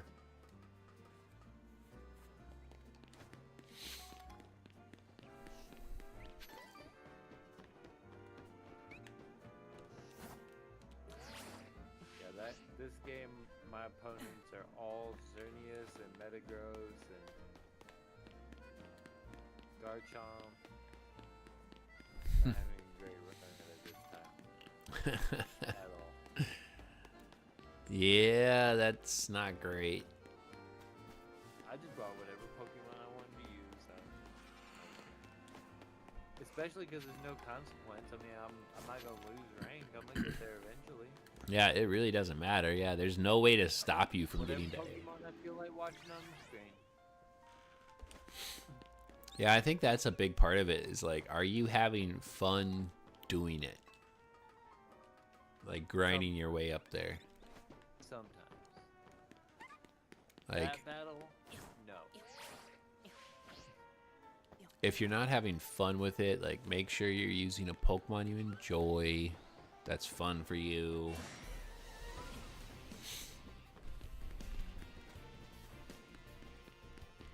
Unless you're Sleepy Snorlax, do whatever your community tells you to do.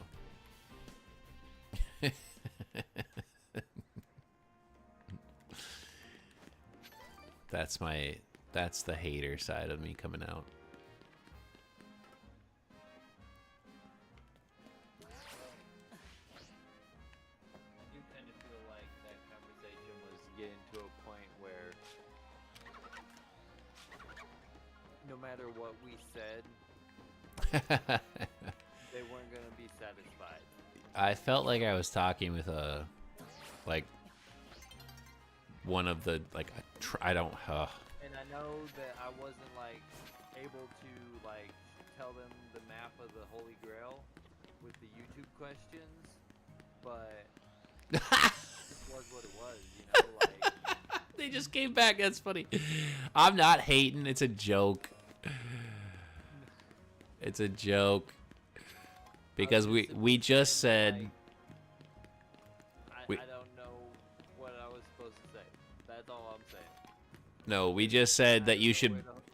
with this current ranked play for Pokemon ZA, you should be using Pokemon that you enjoy because you can't de-rank, like you can't lose rank, so you'll always get up there. Oh yeah, that part. So all you should do is only use what you enjoy. So the joke was, unless you're Sleepy Snorlax, then use whatever your community tells you. You know, I've been mostly thinking about the new megas in this game. I need to give me a Charizard X. That guy be looking good in this game. Oh my god, look at the size of that Spupa. And if you think that's somebody hating on you, you should not be on YouTube. Well, I'm playing the game, so I'm mostly talking about that. But also, like, you know, one of the things, I understand why it's this way, but it's so not Pokemon-like. One of the things that randomly bothers me about Legends ZA battles, what kind of crap is telling me how many times I can switch? Yeah, that's garbage. That's garbage. That's so sacrilegious. What is wrong with you? Yeah, big time garbage. All we do is switch. What do we That's my entire game plan is to switch 60 times. That's why I fear Stealth Rocks. Yeah, that's funny. I thought it was pretty cool. I did actually like their take on Stealth Rocks in this game. I thought that was interesting. Like, oh. I'm losing a lot of my battles because I insist on playing with this Stealth Rock fight. And you're killing yourself? It's fun. No, it's not that. It's just that I'm not doing this. Like, they're all playing top tiers, and I'm just standing around throwing out stuff. The heals should give 1 or 2 switches when you grab it. I'm gonna be honest, man. You guys have your opinion. To be honest, you're gonna do what you're gonna do. I'm gonna do what I'm gonna do. I mean, that sounds very... well, it's facts, but it's also... I mean, I'll be honest with you. It's a very narrow-minded approach to state that you're not open to, like, a discussion, especially when you're the one who asked the originating question. It does come with my concession, though, that, like, I'm not even... I'm not the... I don't know where the Holy Grail is on YouTube. Nope. Yeah. Just screwing around. Yeah, I'm just here to have fun. That's all I'm here for. We have different ideas on YouTube, and that's okay. Argument by metrics of YouTube, you know, like the whole YouTube studio analytics. My channel's just a joke. I would say given how the conversation went though, Snorlax, I would take a long, hard look at yourself before you go into other people's channels and ask questions on YouTube if you're not going to take the feedback. Like, it's kind of pointless for you to ask a question and then be like, yeah, I don't like your answer. Like, it's kind of dumb. I'm like a free spirit. I don't care. I just do what I do. And you're like, well, that's not good. I'm like, you didn't say it's not good, but you were like, nah. You're like, no, that's not the right answer. You're like, that's not the right answer. It's like, what? You asked, we answered. I asked how Mungus thought of videos to get into his mindset on creating, and we gave it to you. You know, making content you enjoy. I mean, I just said I do whatever. You know, I gave a great example. Imagine you're at the Thanksgiving dinner table with all your relatives. What would you talk about that you really want to talk about that'll make everyone at the table roll their eyes? That's the place to talk about is on YouTube. Your elaboration on our response is what led to the further discussion. Like, bro, I don't know. And like I also said, I'm just a free spirit. I've been on YouTube making whatever video I thought would be entertaining at the time for me since I was like a teenager, preteen, making AMVs of Dragon Ball Z movies. All I said was I have a different thought on it. Well, okay, so here's where I get a little bit like, what's the word in here? Here's where I get like, well, one, I kind of disagree with how you're recapping this because no, It's the fact that you said it's kind of wild how you would say like, no, you shouldn't make what you're passionate about and what you enjoy. You should do what your community tells you to do. Like, it's not that you said you have a different idea about it. It's that you said you have no idea at all. Like, it's in a way summarized into the fact that you said, I'll just do what people tell me to, but not this time. I did not create stuff for me to watch. That's okay. I don't think that's what I'm doing.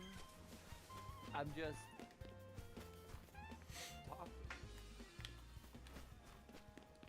I never said that. Yes, you did. It's in written record.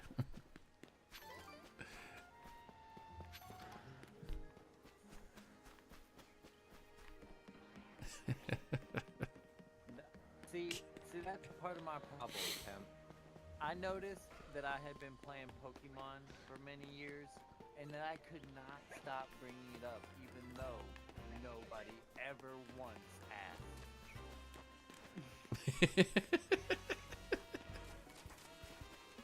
Just realized I'm 30 seconds behind.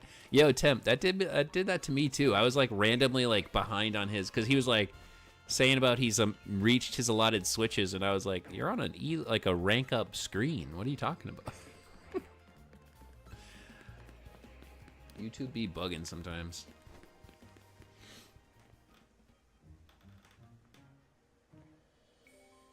Yep, that's what it was. It's like, man, I'm like, how old was I when I started this channel? Like, almost 30. I was like, yeah, I'll be 30 soon.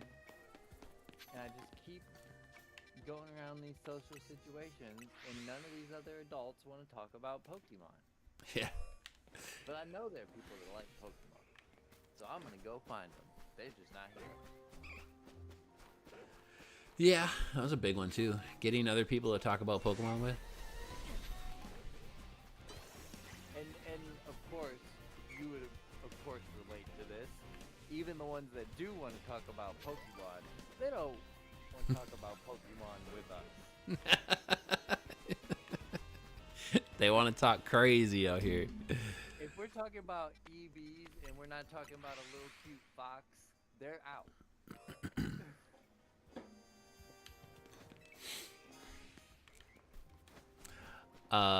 Sleepy Snorlax, I think that you have your own memory of today's events, and I'm gonna leave it at that because it's really not worth the time to try and talk to you because it's not worth it.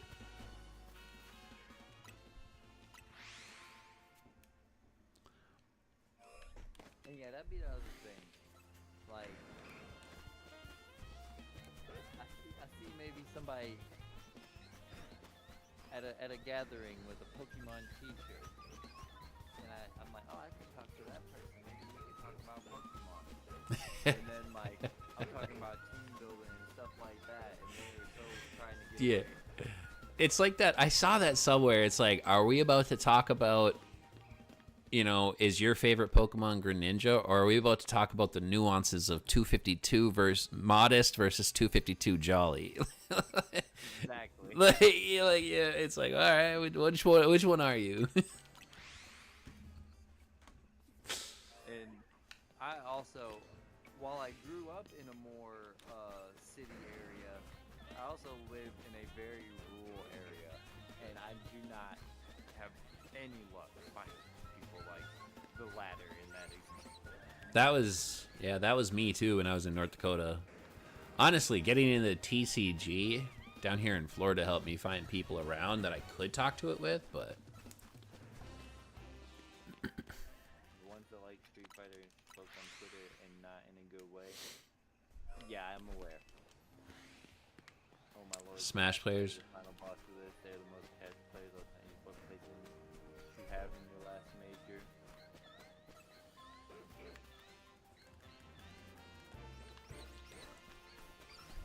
Well, look. So, like, you always welcome.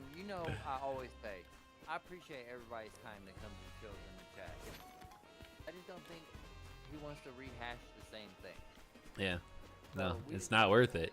Like, you're not. You just off that. What I'm saying, Snorlax, is that you don't have the mindset to hear other people out, so it's not worth my time to keep like helping, trying to like broaden your horizons. You're just small-minded, so it's fine. Like, if you want to be that, rock on. And you know, the best way to probably handle that is just be like, well, that's just one person's opinion. A lot of people don't think that about me. Just move on. Because that's just. It's also the internet. It's a big old melting pot. You know. It is what it is. As I was also saying earlier in the conversation, sometimes I can come off as a bit of a troll or a contrarian. I don't intend to. Some people just form that opinion of me. I'll let them have it. I was coming from a genuine place of wanting to try and help someone. I mean, I was genuinely like, you know, I'm thinking of Arts. When Arts will tell you, like, hey, do you don't want to be like Verlicified? And I'm like, you know, I mean, if people think that about me, it's just simply not my way of being, and I think I'm good. But people can form that opinion. I mean, I think there's definitely like an approach on YouTube where I remember one time, as I sit here and enjoy this game, somebody posted on one of my videos that I wasn't allowed to buy this game because I was hating on the pre-release stuff and saying I didn't think Pokemon was putting in effort. So they said I wasn't allowed to buy this game and enjoy it with everybody else. yeah. That's fine if they said that. I think it's funny because it's like I was mad about Sword and Shield not having a Nat Dex. And I remember some early comments on that one similar to that, which was, I thought you weren't going to get this game. It's like, no, I never said I wasn't going to get the game. I said I'm hopeful that there's an unknown out there that exists that still brings the Nat Dex. I'm always going to play the Pokemon game. Yeah, that's like one of my all-time favorite comments on YouTube too. I hope I never forget that comment. I hope I never get so many comments that I forget about the person who told me I wasn't allowed to buy the game.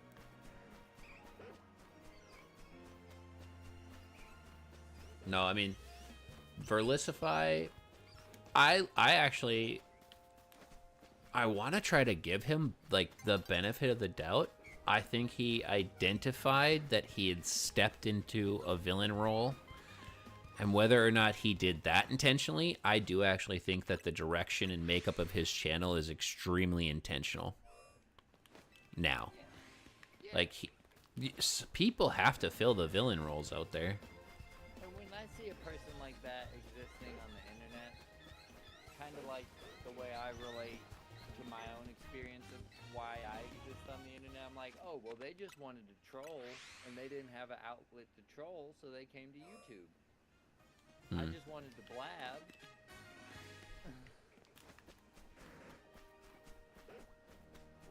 I was in a stream today over on Twitch. The creator's name is Ryan Was Taken. I don't know if you've ever seen him.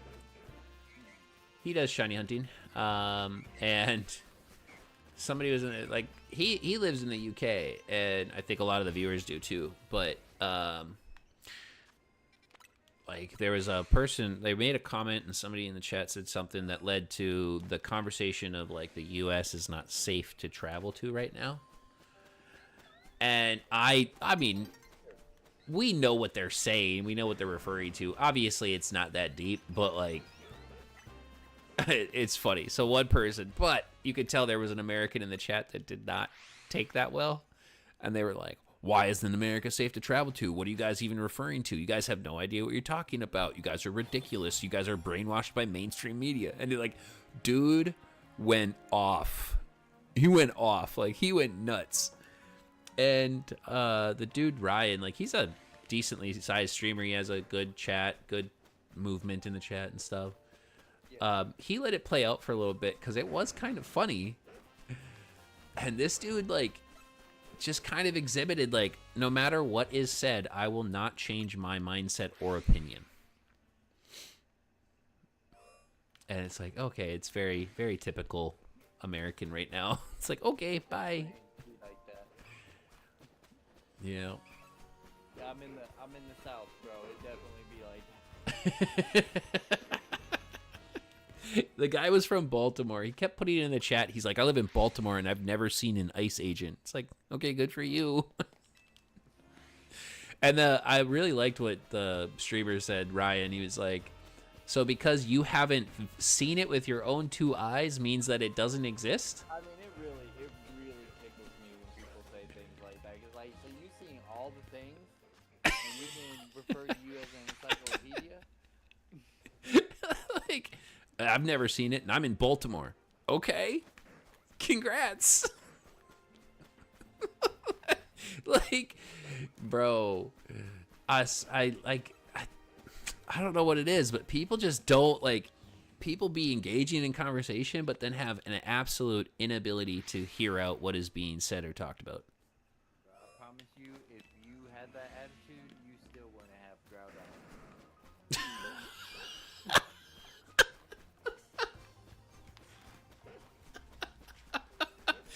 Damn.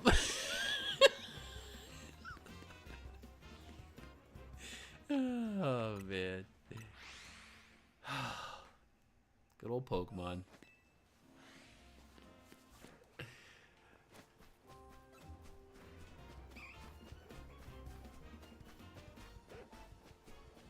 You I know, wasted. But that's another thing. Go ahead. Oh. One of my top favorite things about YouTube, that anybody from any other country is so cool to talk to. Oh, yeah. I Love don't it. even care. Just tell me what's going on. Love it. Hey, we got a shiny Adino. So, I didn't have one. Not that I wanted one. I didn't have one in this game. So now I have Mega Adino. Yeah, it's a mega. It's a Mega. I don't know. I Not would a- recommend in rank, but if you're messing around with viewers and stuff, you could play with a cleric. Hey, it's a special defense up, tack down, calm nature. I mean, you know, what's wrong with it? I can see a cleric working. Yeah. Some of the healing sucks in this game, but Wish isn't terrible. Some of the healing doesn't make sense with the amount of heals, but That's actually the... I was going to say, that's the first time I've phased on my Furfru hunt here. I've actually gotten 3 Furfrus in a row without phasing.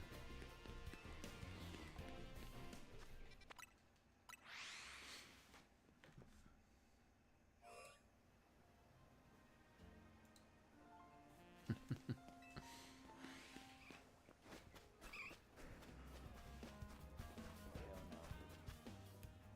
I think you got it.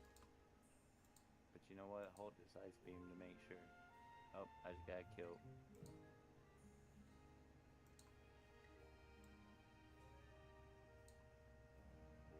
Good, don't play right. Great to have combos here. It's really not. It's so that is not my idea of a good time. What? Temp said, "Oh yeah, Georgia don't play around. It's great to have combos here," and I just highly disagree. It is not my idea of a good time. I really do not appreciate it when people talk to me about religion or politics here. I just don't want to. We're not even going down that road, please. I don't. Unless you're I... a close personal friend or family, leave me alone. I won't do it, like... I won't do it in a bar setting or in public or anything like that. Like, it's like, yeah, it's got to be a close friend or somebody, you know. And honestly, It's yeah. Tennessee, man. It's the buckle of the Bible Belt. Yup.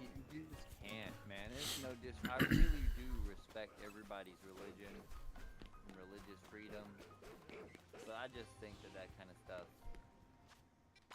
you gotta keep it to yourself more. You know, compared to the people here. I saw, hold on though. I saw a wild comment on Twitter today about Zoran Mandani winning the New York election.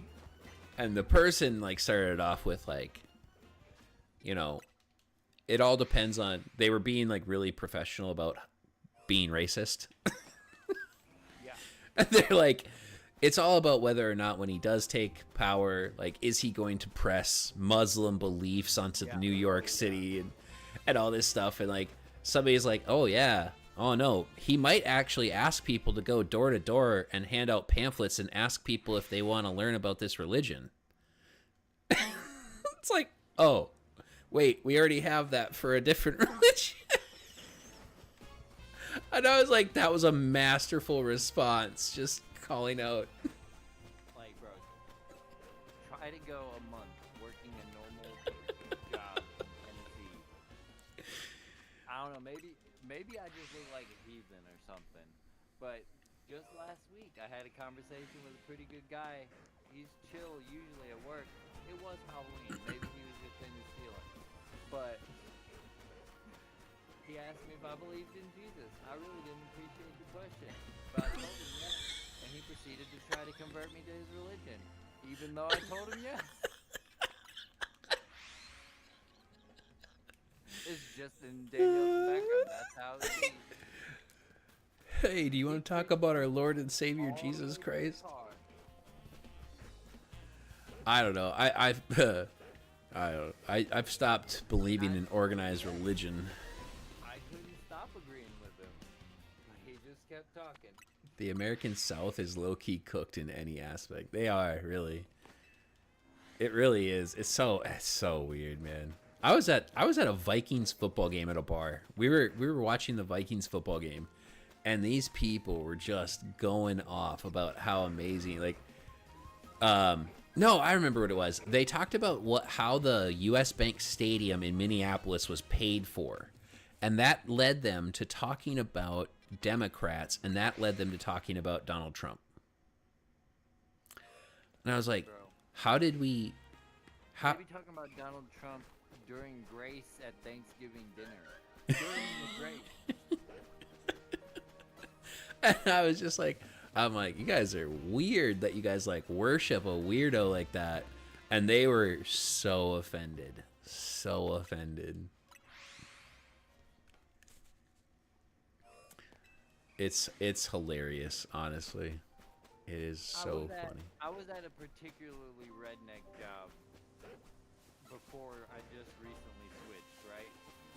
But the day after the election, it was unrelated. It was already like... It was one of the quarterly all-hands meetings, but it just so happened to take place on the day after the election. And the plant manager of the place that I was working at said during the all-hands meeting something about, yesterday was election day, I hope whoever you voted for won. And I was like, you can't say that. You can't say that. Yeah, it's like, I hope everybody got to go out and vote yesterday. I hope whoever you voted for won. I actually had an incident at work where an employee got talked to by HR because they were out talking to other employees about political beliefs and stuff. And it's like, okay, you don't do that at work. In any capacity, you don't do that. And so they were doing this, and their HR contacted me, and they're like, we'd like you to follow up with them, of course, and reaffirm. I'm like, yep. So I met with them, and they're like, yeah, I guess I'm not allowed to have an opinion, and I guess this is like not America, and blah, blah. I'm like, hey, come on. It's like, come on now. I don't want to get into all the technicalities of how you're wrong. So let's just... Like, come on. You have your inside thoughts, my guy, but you gotta keep them inside thoughts. Just got a shiny floette. I should probably move stuff. Yep, I filled the box. Oh, I don't want to organize.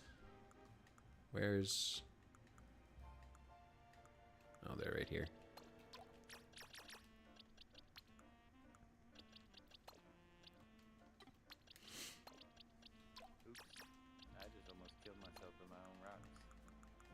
Come on, get this kill. Nope, he digged. Good dig. Oh,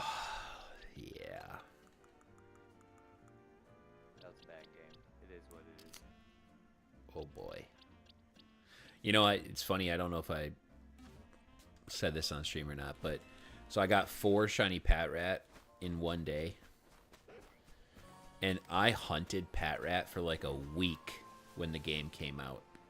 No kills, 10 rank points versus the Mega Evolve.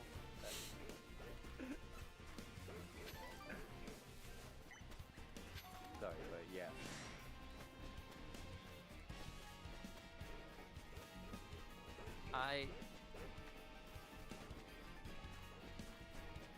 Oh, it's because you're an alpha. I don't know. I'm kind of experiencing some like buyer's remorse for my couple first gens. First gens of what? Like Pokemon. Gen. Oh, the Pokemon you spent time genning. Yes, because the queues are way too long to even care. Oh, so now you want to play with different mons, but you can't. But it's gonna be like how many hours? Yep. Yeah, no, I get that. Or I could not do that. I could do anything else. Yep.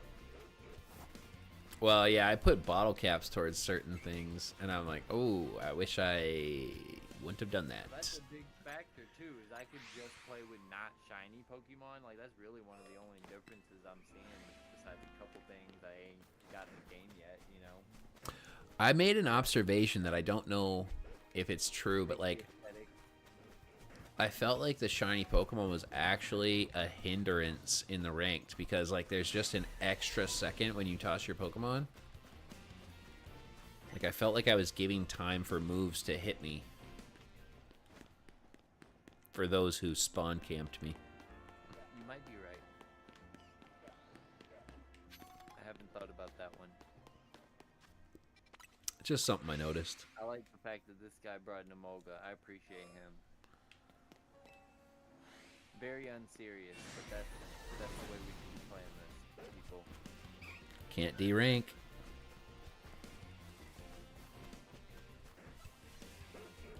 Yeah, clearly this person was like, hey man, I just encountered a shiny Emolga one day. I'm bringing it to ranked. I don't care what anybody thinks.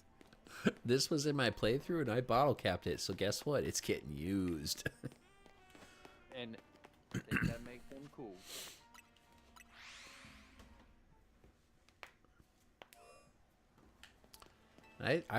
I'll tell you what though, I really actually enjoyed using Mega Scolipede. And I'll be honest, like I want to use Mega Scolipede in different capacities.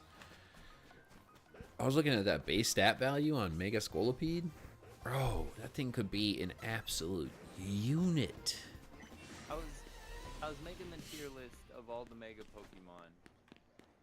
And now I'm trying to like use all the Mega Pokemon at least some capacity. And I'm trying to use a mixture of the ones on the... Because the first tier list is strictly design based. What do I think about the way that they made the Mega work? Mm-hmm. And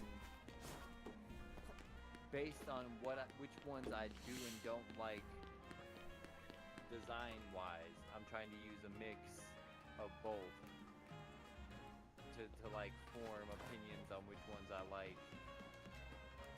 I feel like I might do like a live tiering of the game once the DLCs are done. Yeah. Well, So I recorded it the freaking day before or something. Like right before I found out about that, I was like, oh well, that's fine. Honestly, my first reaction was they probably ain't even gonna do any new megas in this news the way the news has been going. But I'm glad they did. Like I mean, said, they promised us like 6 to 8. I mean, you got another video once the DLC drops. You drop your initial one and then do like an update one. Yeah.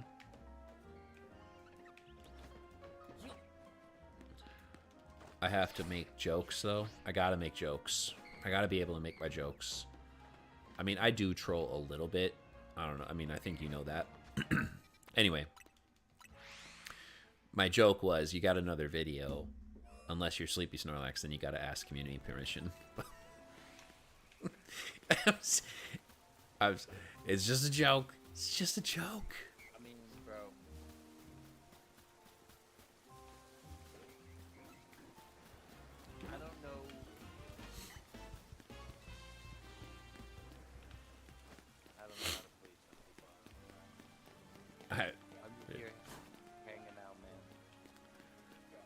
next I time mean, I'm streaming, maybe I'll be running some battles and we can get him in on some ZA battles. yeah. The truth is, I'm not the person to take YouTube advice from anyway. Nor am I. But if you're gonna ask, I'm gonna answer. I've never made a single red cent. I don't always, like, sometimes my videos still get like 15 views. Sometimes they don't. Or sometimes they do. I don't know. Yeah. Yeah.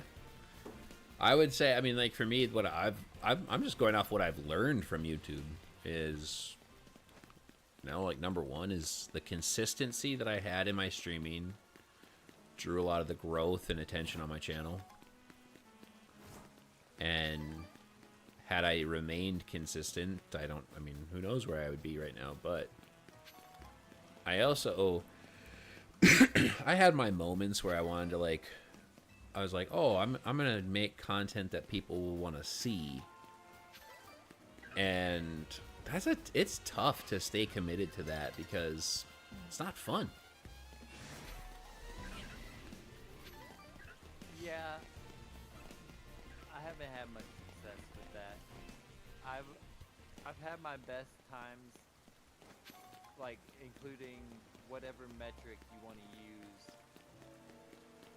when I've just tried to come up with, like, I don't know, what's cool, bro? What would be cool? Yeah. And that's why, like, It's also tough. It all brings me back to, you shouldn't ask me for YouTube advice. It's- There's no method to the madness. It's just madness. I do think it has to be said and should be said too. Like, you have to remember too, within the Pokemon space, you can only do so much. Oh, Like, yeah. we're all gonna have overlapping themes and videos and ideas. Like, it's just it's one game. There's only so much you can do. Like, Yeah. For sure. I felt like And in Sword and Shield, I thought like, oh, I'm like, God, I had this like little moment where I thought like, God, I have such an original idea, league card reviews, and it like my first video did like numbers, and I was like, oh, cool. And then I like saw it everywhere, and I was like, oh, I'm a trendsetter and all this stuff, and it's like, no, I'm not. It's like literally, if you just sit there and try to think about all the ideas, you're gonna come up with it in less than an hour. Like, there's only so much you can do with Sword and Shield, you know.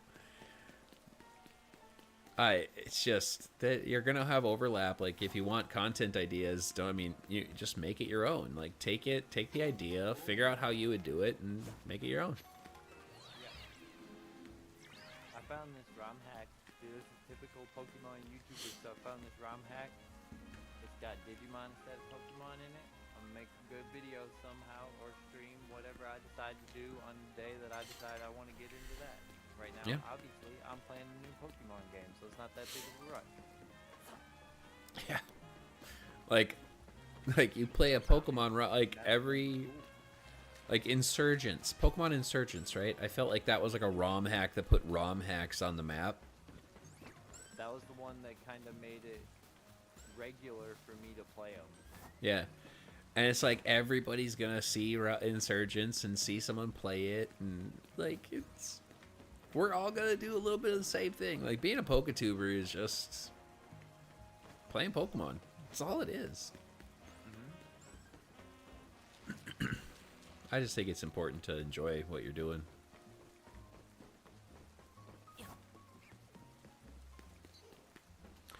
And I don't mean that in making videos for myself. It's But not like, what I was saying, like, what even is it? What is... the echo chamber thing. Yeah, like, what is a selfish video? What is an echo There's- chamber? There's no such thing as a selfish video. What is this stuff? Like, I don't think about it. I just do whatever. I'm like, I don't know, man. YouTube's right there. Even if you did make a YouTube channel for yourself to watch videos, like, okay, cool, enjoy. I didn't ask myself that at all. I didn't ask myself, did I make this YouTube channel for me or for who? I think it's just human psychology that we all like to see the number go up. It's obviously more satisfying when Yep. your view gets 1,000 views than when it gets one. True, But true. I just started doing it. I just was like, I don't know, YouTube's right there. I Yeah. think maybe my videos might be for me. But I've- they're for whoever wants to watch, I guess. I've said this a whole bunch. I started streaming because I was watching A Drive at the time, and it was Gen 7 going to Gen 8, and I was like, he SOS hunts on Ultra Sun and Ultra Moon. I SOS hunt on Ultra Sun and Ultra Moon. I could do that. I wouldn't mind chatting with people and being the one who gets to chat. You know, that's what it was for me. I was like, hey, I just want to shiny hunt with other people. That's what I wanted to do. That's a yellow baby. There's a Dratini there. Yeah, a big part of it also definitely came from, I wasn't watching a lot of like creators, but I had like an era of when I first got into competitive Pokemon, trying ineffective outlets, mostly Facebook groups, Oh, try to find people to have just regular, normal, like you would back in the early 2000s on the playground type of Pokemon battles with. And when Sword and Shield came out, that way of finding battles became even more ineffective than it already was. So like, I don't know, I can't find nobody to battle. See what the one time I used Facebook to find a battle group, I found just an absolute weirdo who was just not a good person. I mean, I met some people I liked and some people I disliked.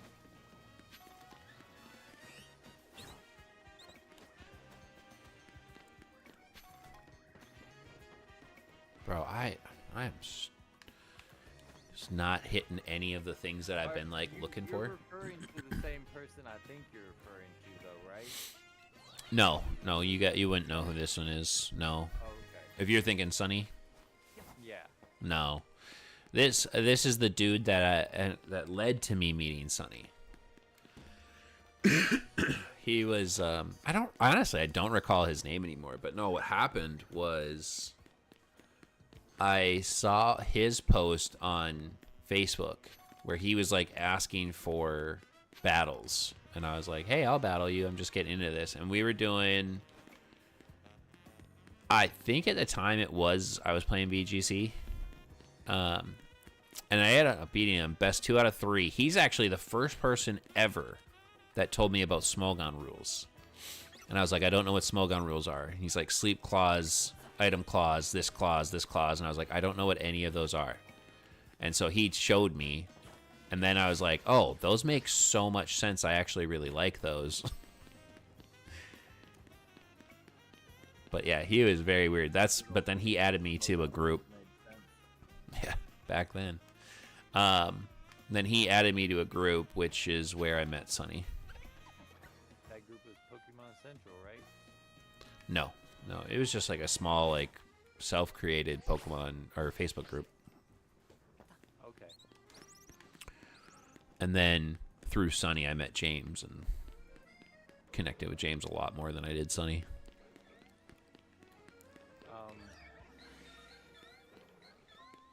Yeah, so like Alpha Sun, or Alpha Sun, Alpha Sun. Ruby, Alpha, yeah, Oras era, Omega Ruby Alpha Sapphire, yeah. Oras era. I was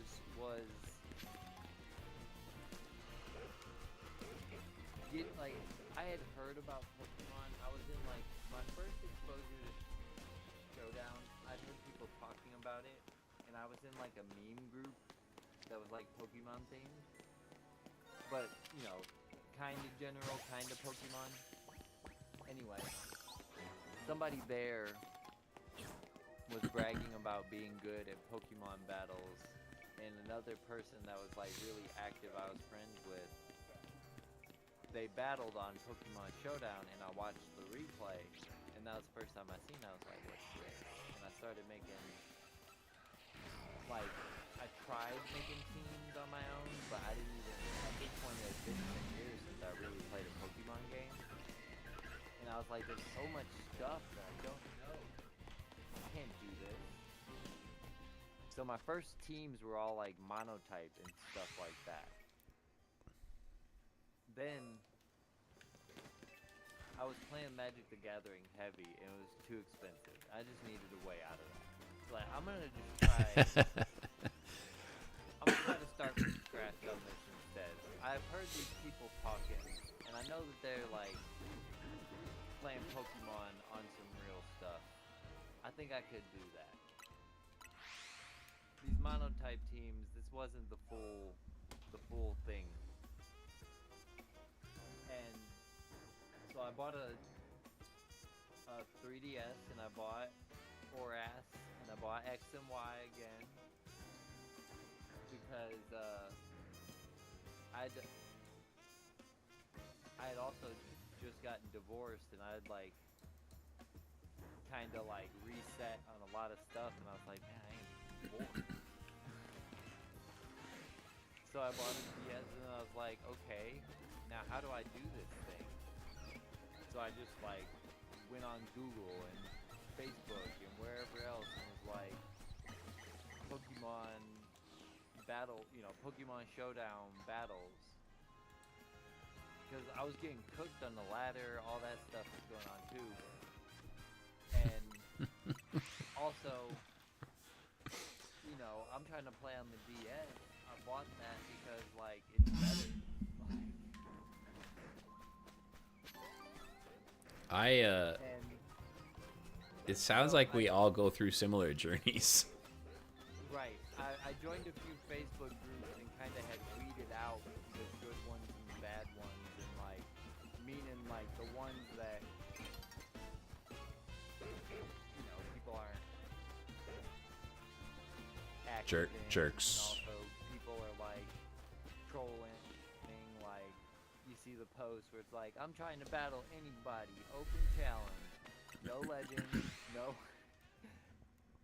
no more than 2 fire types or whatever, no dragons, no pseudo legends, no base stat totals over.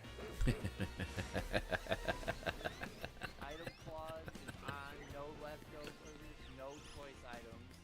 And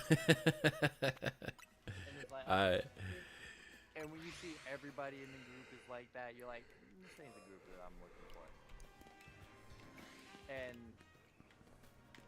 one day, one of the random posts you would see was Sunny, and I responded. And it was one of many, but during Sword and Shield era, those posts and those types of opportunities were becoming more rare. Hang on a second. Did I meet you through Sunny? Through the draft league, yes. Oh my god. Like, I don't even remember. That's why I thought the group was central, because I knew that I had kind of narrowed it down to 1 or 2 groups, and that central was the one that survived the longest. That's so crazy I forget that's how we met. Like, oh my god. And then, how did the rest of that go? Which one? What part? The Sunny part? There was you, and there was James. So, I responded to a random post, got added to a draft league. It was like, and well, James and his fiance at the time, Sunny and I, the link I'm trying to make, who was first from New York? There Arts. Was one, and then Arts. The rest of them. Arts? Yep. That's what I thought.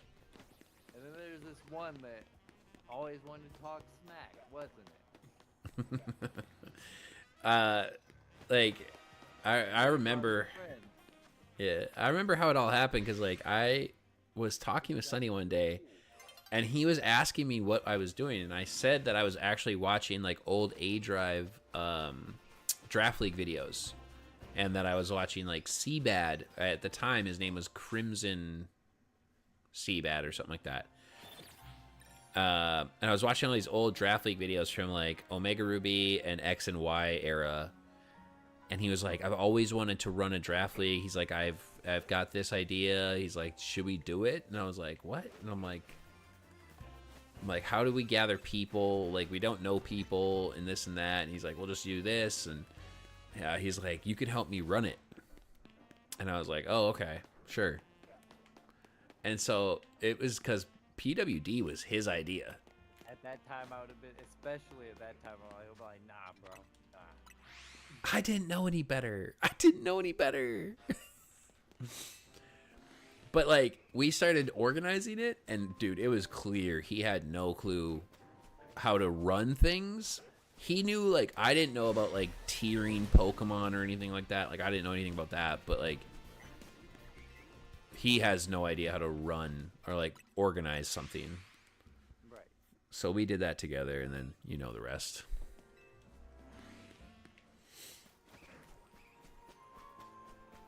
Yeah, that was such an out-of-pocket reaction for me, just drafting the wrong thing. Out of the options he gave me for my first ever Out of pocket, I've always kind of thought in the back of my head, he just didn't want to play.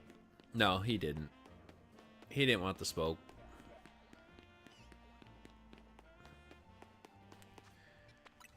No. Because when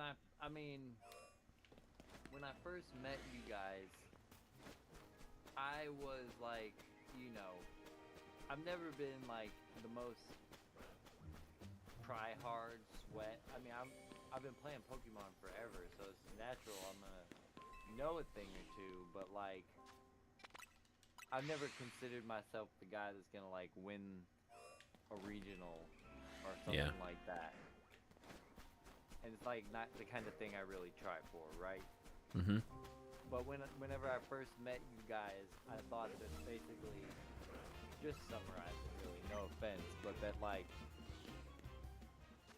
I had more experience. Oh yeah, yeah, for sure. And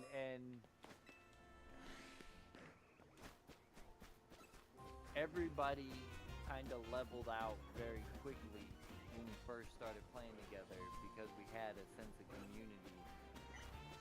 And even though I had more experience, it really wasn't worth it. Yeah. Yeah. I felt like it wasn't like, it's not the same type of experience you would get if you were playing like trying to go to regionals and like really take it seriously. I was just happy with it. I mean, I have multiple thoughts on Draft League, but like, I think Draft League is where everybody should start learning competitive battling, because the preparation you do for your matches, the in-depth knowledge you gain about your team and like, you know, certain matchups and things like that, you learn so much. You get to develop a wealth of knowledge that I think it helps accelerate your ability to do the general play.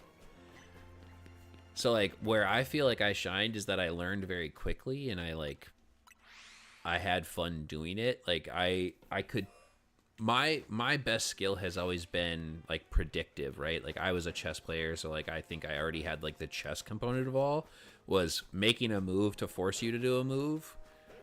So like I felt like I accelerated very quickly there, but like I never thought at like in the first 2 seasons of PWD, people were like, I would say where I was like, okay, these guys know more than I do, was when you guys were like drafting things with the Dynamax in mind, going like, this is gonna do this and this and this. And I'm like, wow, I don't even know how to approach Pokemon. Like that was yeah. That's not exactly college thesis level advanced either. Just a little bit more experience. Yeah. And I don't know. I actually think about that question sometimes of like, what would be the best way to teach somebody how to play Pokemon? Because when I think about that, I actually think back to those early monotype things, and I'm like, is that like a natural like human progression experiment type thing, or did I just like really not know what all the Pokemon did? So I mean, it's tough to know. Like, you could tell me any Pokemon. I can tell you their types. I can tell you if they're a physical attacker, a special attacker. I can tell you if they're a fast mon or a slow mon. I can tell you some common builds and common usage and common move that's what I'm sets. saying though is draft league. If you're at that point as a Pokemon, you don't have to be a Pokemon player to be like that, right? You could just No. be a Pokemon fan. Yep. And if you are teaching Pokemon to somebody that knows that stuff, that's great. But if they don't, then Draft League might not be the best because they're like, I'm gonna draft a what? But I think it's, if you're, especially, right, and I am not a good example of this, if you are good at losing, if you're, like, good with it and can see it as that, like, true learning opportunity, I think Draft League is where you can start. But if you're competitive, it's probably not the best. Because there's going to be, people who just live and breathe Draft League, which is, like, now, in this point in my life, in my career in Pokemon, it's like, if you live and breathe Draft League, it's a little strange, but I agree. I think it's something for fun for a little bit, and then I think you hit a point where it's like, all right, let's move on. Yep.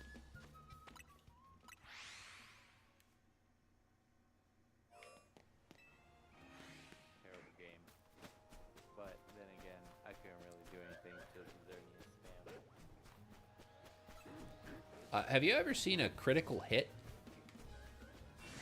Never even thought about it, if I'm being honest. I But was thinking about it the other day when I was playing my 2 ranked matches, and I was like, I don't think I've ever seen a critical hit. But when you mention it,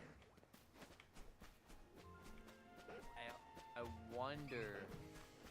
If it's just calculated and happening and we don't see it. But no, do the moves that have an increased crit chance still save? Is focus energy in this game? Let me look. Is that even? Oh yeah, focus energy is in the game. Yeah, I see wild Pokemon use it all the time.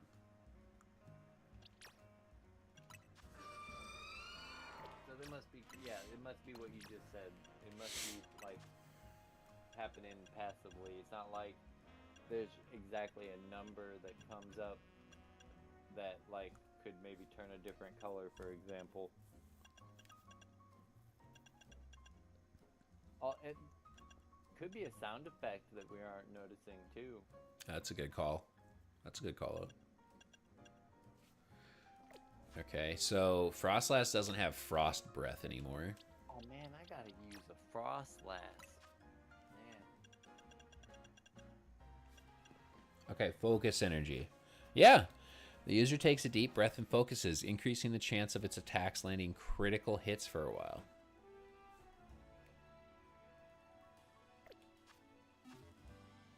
Huh. I can't say that I recall seeing a critical hit. Interesting. So, I mean, really, if I'm thinking about, because now I want to gen more Pokemon, Yeah. and I'm looking at the list. Now, there's the Pokemon that I haven't played with, they're Mega. Like, for example, Crosslash.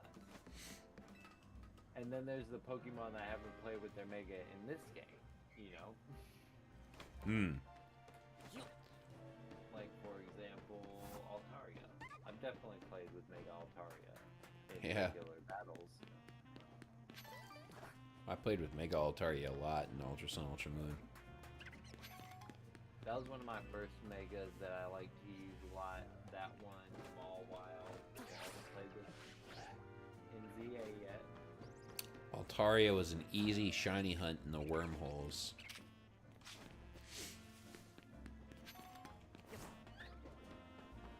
There was a moment in time where the guy who got me back into Pokemon, him and I were talking at work. I was at work actually. And him and I were talking, and I remember coming to him because I was like, what do shiny Pokemon do? Like, what's the difference? And he was like, there is none. They just have a different color. And I remember telling him, I'm like, well, that's really stupid. If there's no point in getting them, why would anyone waste time hunting them? Why would they?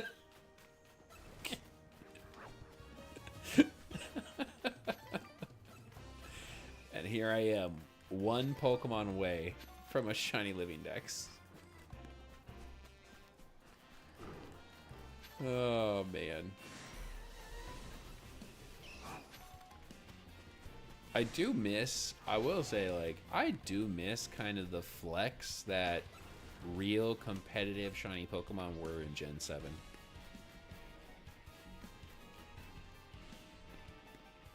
When, like, you had to try and synchronize the right nature.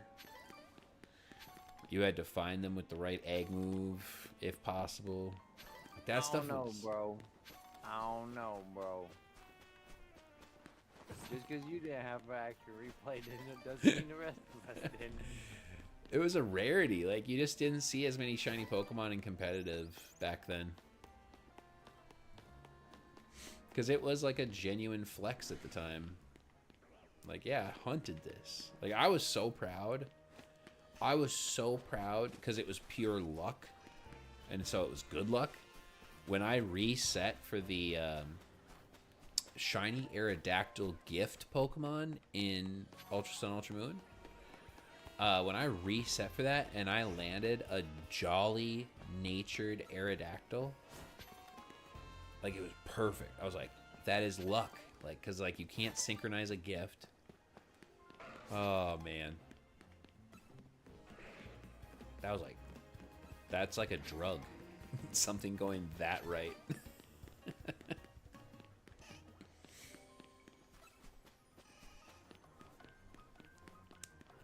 How many shiny Chikorita did you get? 2. 2? Area 20 absolutely hates me. I cannot get shinies from in here. Mega Meginium is a thing. Yeah. I mean, I played with it. Not good? Well, I don't hate it. It's better than Meginium. I would hope so. But as far as, like, actually enjoying it, I mean, like, there's Venusaur, though. Whole-ass Venusaur sitting right there. You think I'm gonna take that thing? Yeah. Yeah. Grass Fairy is a... That's a tough typing to create for a bulky mon when you have such a weakness to a poison. I did like Meginium for, like, a day when I played a ROM hack recently, and it made him a Grass Fairy type naturally with Thick Fat as a hidden ability. That was all we ever needed. Thick Fat. Thick Fat. Isn't that just... Doesn't Thick Fat just reduce damage from fire and ice? Yep.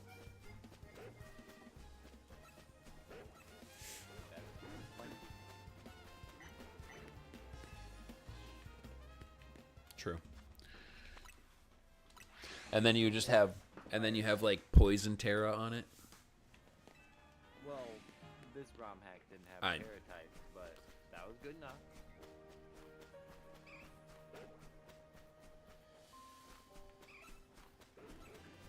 I've hunted Zone 19 a lot. I can't believe I've never gotten a shiny Kangaskhan yet. I mean, I've been in here a lot. I'm not like you, but I have actually looked for the for the Kangaskhan because that's one of the megas I like. And yeah, I also have not. successful. I don't understand it. It seems like there's a decent amount of Kangaskhan, so you're like, come on, where you at? Yeah, it's a lot of them. And I've been in there a lot. Like, I've gotten 3 shiny Furfrou and a shiny Audino from Zone 19 now.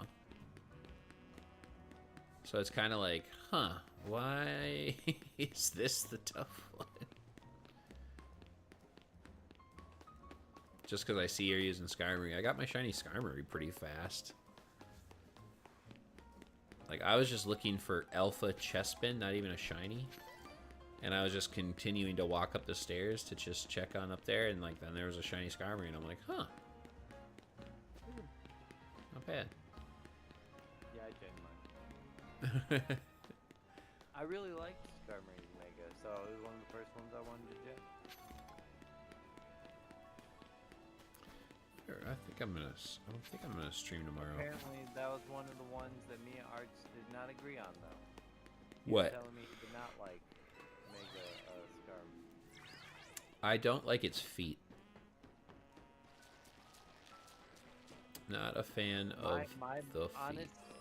My honest take on Mega Skarm, now I've played with it for like nearly 4 hours now. Much cooler when it's not shiny. Oh yeah, for sure. For sure. I don't know what they did with this shiny, but why? Why does it go to this amazing gold and then you just leave? It doesn't have any change when it's shiny. Like, that's a case of like, okay, but why didn't you give it the Dragonite treatment?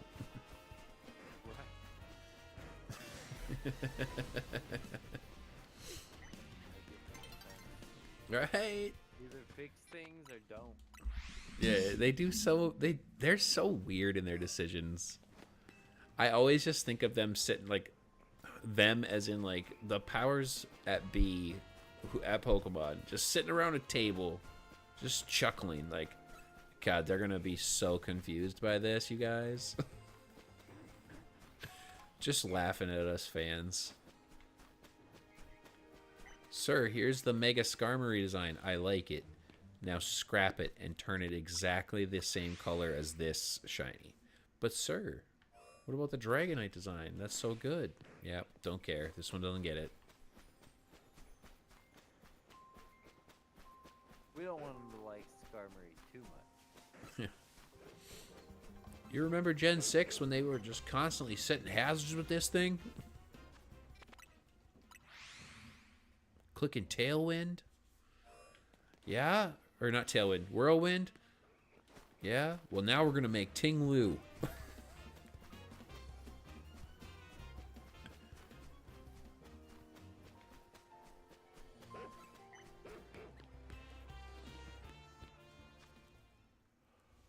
Oh, it didn't give me... Okay, I didn't get the kill. He didn't die. Oh, what are we at? 2.5? Oh, I won, though. Almost 3 hours? Yeah, I'm almost at 4.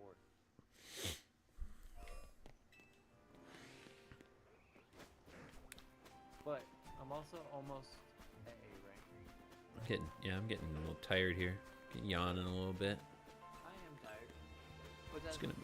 I'm at B rank, quarter of the way to A rank. You get it. Yeah. I'll probably chill here for another 20 here, and that should probably give you enough time to hit A. Well, yeah, I mean, right, probably right around the time I'm hitting like 4 hours on stream. Smooth.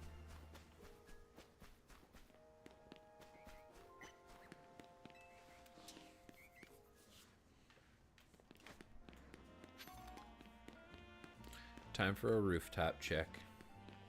I'll probably wake up in the morning, and depending on what Ashley wants to do, I'll probably actually start streaming right in the morning. Well,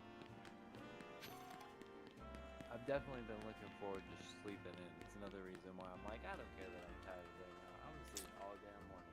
I don't get to But- sleep in. Maybe if I don't have much success with that, or whenever I do eventually wake up, I definitely am looking forward to editing that video on a day that I don't have to think about work, as opposed to on one that I do.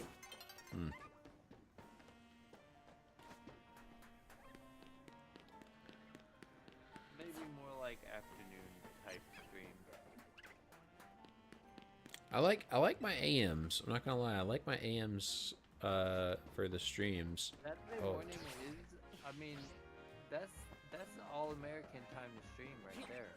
You'd be like the Saturday morning cartoon. like a Saturday morning cartoon. Yeah. Yeah. Oh, look at that Alpha Dratini. I would very much love to get a shiny Alpha Dratini. That'd be a good one.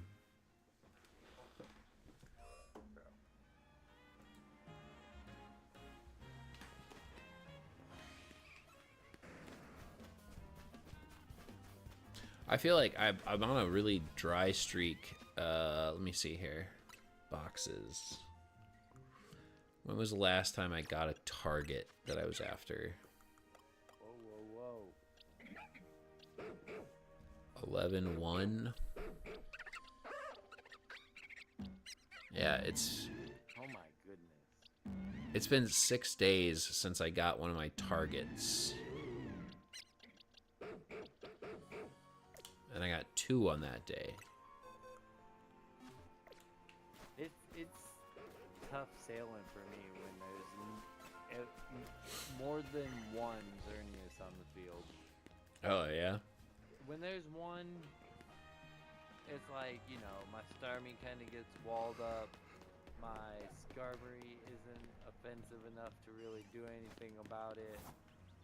And it's better off not to send out Scrafty. But when there's more than one, it's like, okay, let's just pack me up.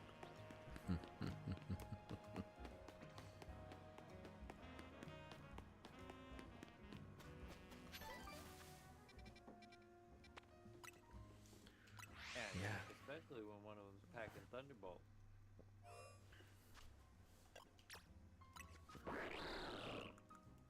$11-1. Well, 11-3, but this was just an accident that I got the shiny Charmander.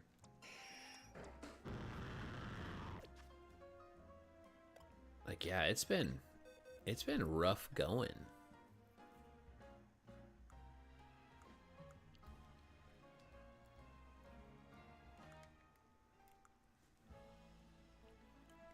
I have loads of shinies, but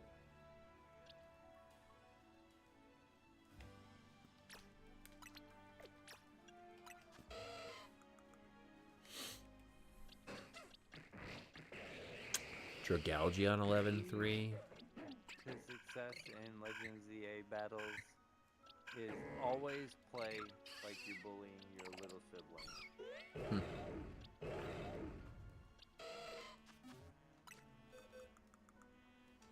Interesting. Well, I did get the Dratini. I guess that was yesterday or the day before. So I guess that's the most probably recent target I've gotten. But shouldn't have been spending time on that because I should have been in here doing Furfroos or something. So there's one Pokemon left for a shiny moving deck, and then the shiny form deck. You're lacking like a bunch of Furfrou, right? I need let's see here. The shiny living form dex has, including type, no, I have 18 Pokemon left to get. 18. 3 more Furfrou. 3 more, 2 Punkaboo, 1 Gorgeist. I need a female Relicanth from Sword and Shield, which I'm already 1,134 encounters into. I have 8 more letters of the alphabet for the Unknowns. I've been hunting those in PLA. I forget about those. Yeah. And then I need a male Lediba. And the roaming form Gimmighoul out of Pokemon Go, which actually I did hunt for as hard as I could, and I just didn't get it. What's the distinction of a male ladybug? The dots on its back are different. like the different number or different like drastically? It's the design of them. Okay, I don't think I ever knew that. Yeah, no, nor did I. And oh, sorry, wait, no, wait, hold on, wait. Did I get that wrong? It's their antenna. Oh, okay. That's a little bit okay. So you even do things like the Starly, the bald looking Starly. Yep, I have those. Yep. You only basically, if the Pokemon doesn't really have or doesn't have a male and female difference. Right.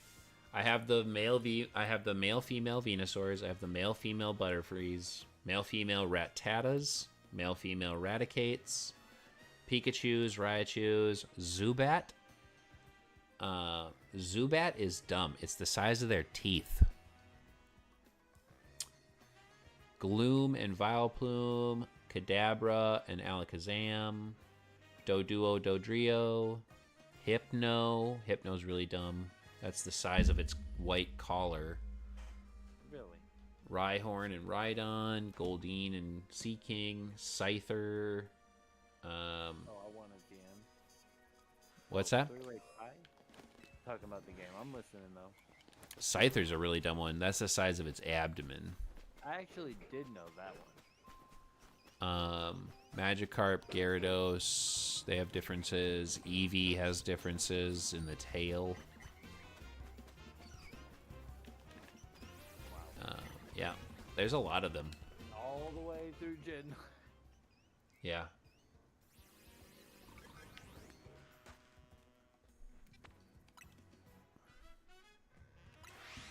There is a lot of them. But yeah, no, I've got everything. But yeah, it's 18 total Pokemon that need to go into the Shiny Living Form Dex, and I'm done.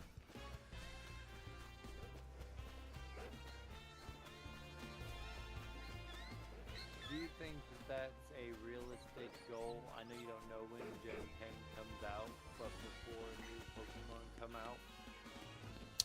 No, I don't think I get all the unknowns from PLA. I mean, if you think about it, like, when I get down to just needing one specific letter, I am going to phase so much for stuff.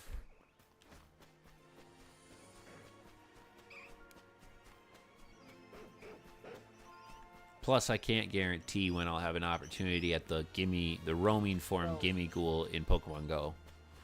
I've been hearing about this phasing thing. I don't think I understand what y'all are talking about. A phase is getting something that is not your target. So, like, when I just got that shiny Audino, right? That is technically a phase in the Furfrou hunt. So, if you think about the odds, if you think about the shiny odds as like as a continuous effort, right? So, if I spawn within a radius and I say, okay, I'm going to spawn within the radius of Area 19, that means that I'm going to try to spawn up this Furfrou. However, all of these other Pokemon can shine as well. If they shine, they basically effectively like reset my odds. It takes away. Why do you say that?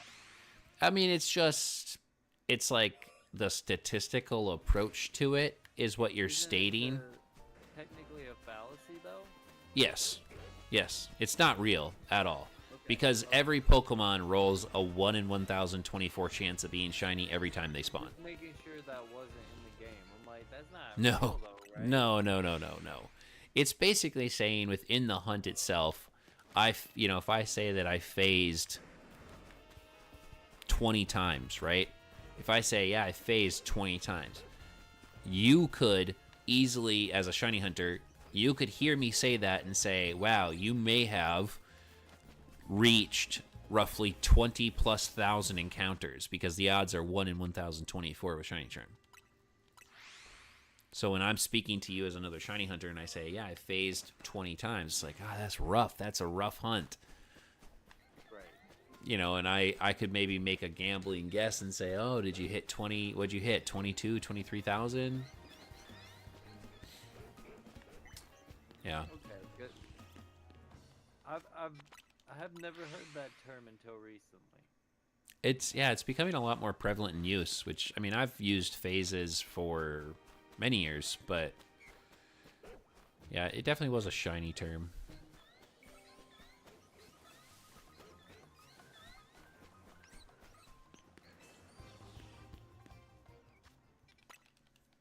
And it's tough too. So like when I go into the unknown hunt, right? If I get an unknown that I already have, right? Because within that room, those are the only Pokemon I'm spawning. You know, if I spawn 6 unknown every time, and I phase in on one of them, right? It took away my opportunity to get one of my targets. So it was a phase of the hunt. There will be probably a lot of phases to that. Yeah. Yep. Yeah. I'm down to 8. I mean, I already have a handful of the letter O. The letter O seems to be the most prevalent spawning unknown. Or I'm just cursed and I keep getting that same one shiny. But I do feel like I see the letter O a lot.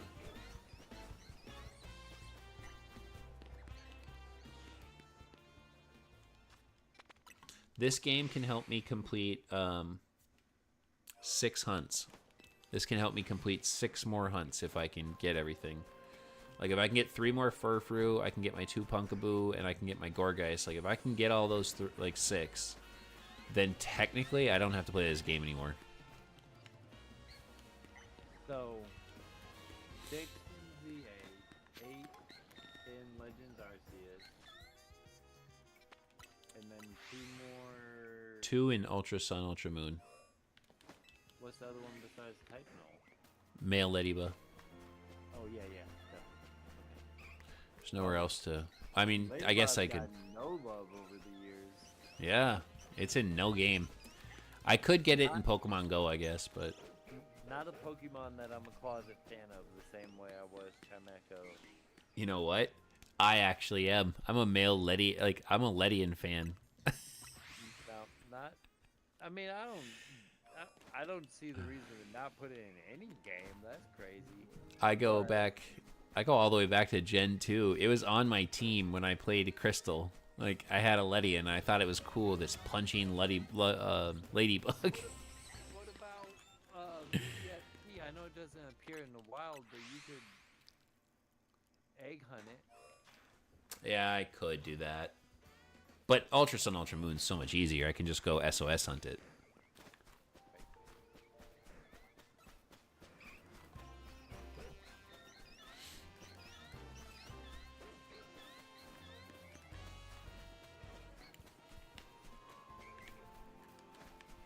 Yeah, it's a short list now. It's a short list. I'm not in a rush to really complete it either. That's the funny thing is, I could get this stuff done. Like I could just do the type null hunt and finish it up. Like it's a quick. It's not quick. It's actually a slow soft reset, but I'll get there eventually.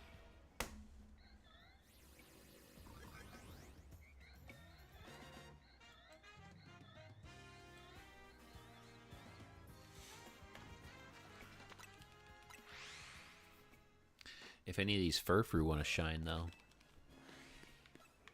Been almost a week since I got a target.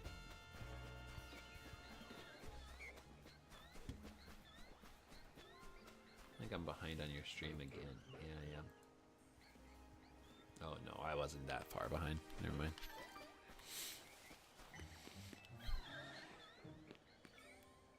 This is a Xerneas battle right here.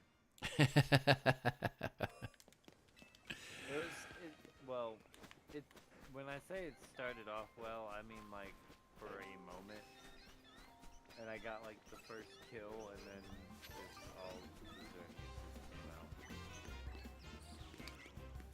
I also I mean, if I wanted to be more tactical with how I approach this, I mean, my real tactic to how I approach this is just not, don't let it bother me. There'll be some games where they don't come. But it would be interesting to see what would be my full legend spam counter team. That doesn't sound like a video. I was gonna say that's another thing though, is why can't I shiny hunt the Xerneas and a Veltal? They weren't even story plot. Like they weren't even a part of the story.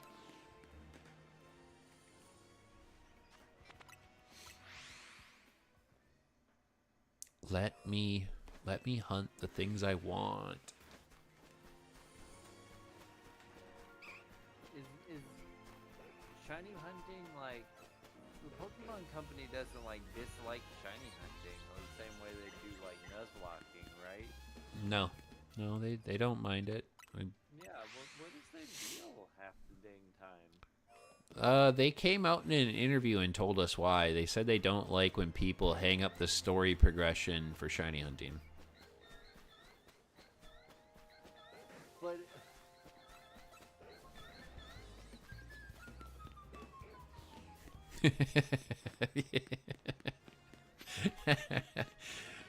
Baffling, huh?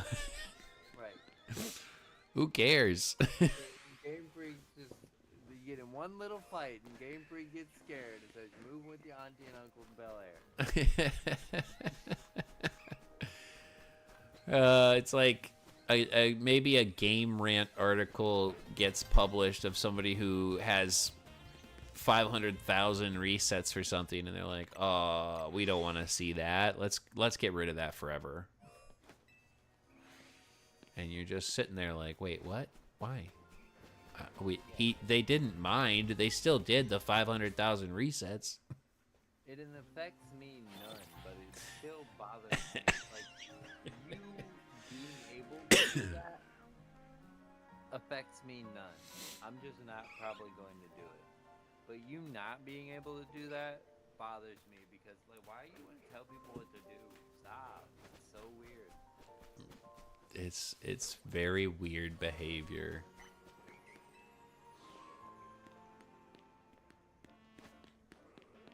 Oh my god, there's another shiny Audino. What do you even part of capitalism is that? It doesn't make sense. Does Game Freak practice capitalism? Clearly. Hey, got a shiny Audino. Not what I want to see, but...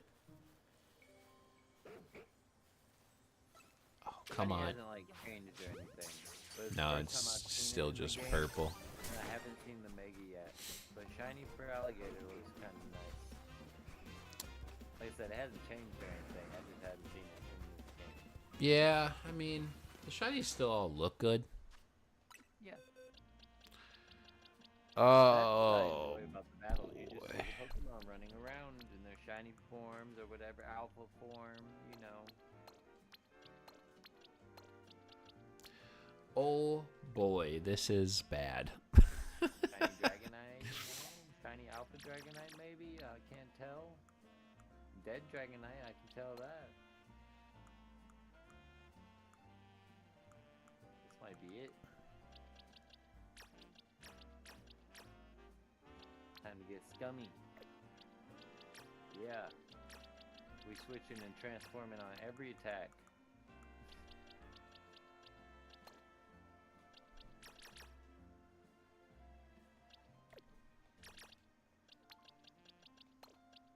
Because this is not Xerneas game, and I don't really mean that part about we switching in on every attack, but I can actually play. It's worth trying a little bit Gotta have fun. instead of just like waiting for an opportunity when there's not multiple Xerneases on the field.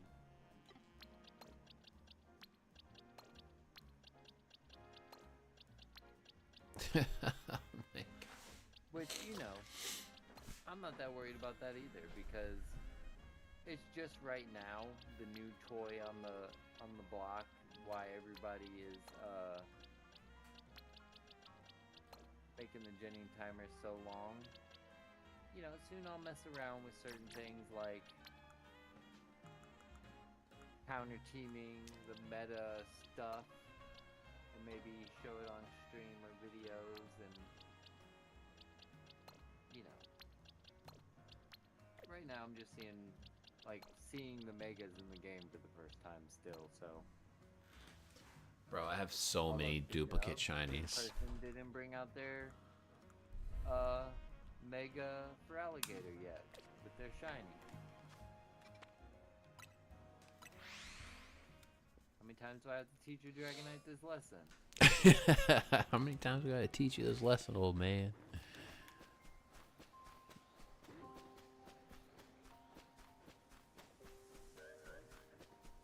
There's so much that you like learn about these games. Like I didn't know for the longest time. I was clicking the home menu to pause my game because I was like, oh, I gotta stop the day-night counter. You can literally just pause it to the X menu and it pauses the day-night timers. Yeah, I don't even have to win another battle. I just have to have a decent battle.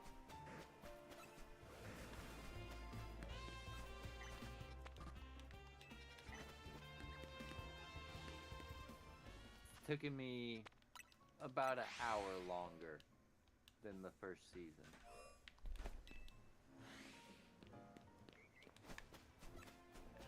Do you think that's directly because of Xerneas of Eltal, or?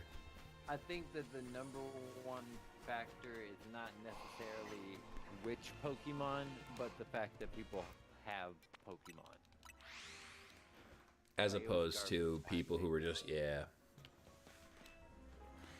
You're definitely in season 1 going to come across games very frequently where people seemed under-resourced. Yep. Yep. Well, that was back when I could like I could rack up like 10 to 15 KOs in a match consistently. Now it's like you're fighting for 5. Oh yeah. Which I do kind of. I don't need that many kills. That is a bit crazy, because it just opens up to the spam and the shenanigans. Yeah.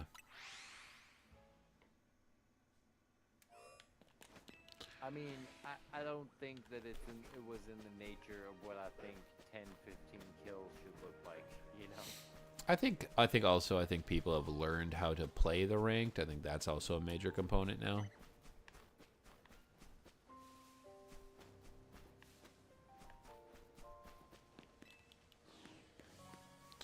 Ooh, I'm getting tired. No, I don't know why it is, but I absolutely love a morning cup of coffee and a live stream. That's where it hits. I'm an energy drink guy. I'm more, see, my ideal would kind of be more like, do like tedious stuff I gotta do, even if it's like house, like whatever I don't want to do first thing in the morning, whenever I'm like still getting caffeinated and all that other stuff. And once I'm like energy drink or 2 in, then cut on the stream.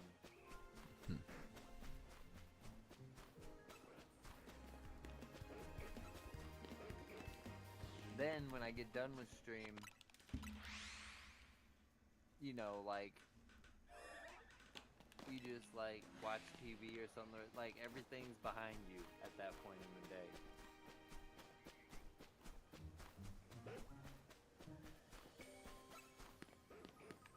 Trampa's gone. I don't know if I have any Oh, I like that. chores I need to do. The shiny Mega Delphi. I don't know if I've ever noticed the shiny. Oh, I haven't seen the shiny Mega. Yeah, I've seen a lot of people with the shiny, but I never noticed if I noticed how white it is. Oh yeah, I hunted Fennekin pretty early when I was in one of the 3DS games. One of my early egg hunts. Oh, it's so good. Looks so good.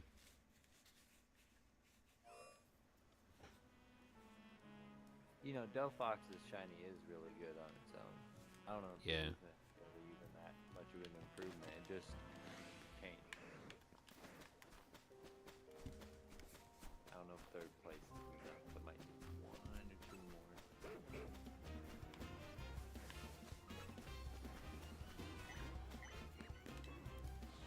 Oh, 50 points. Bam. Got it. Rank A. 300 mega shards. Yeah, it's way more fun to play with viewers than it is to play ranked.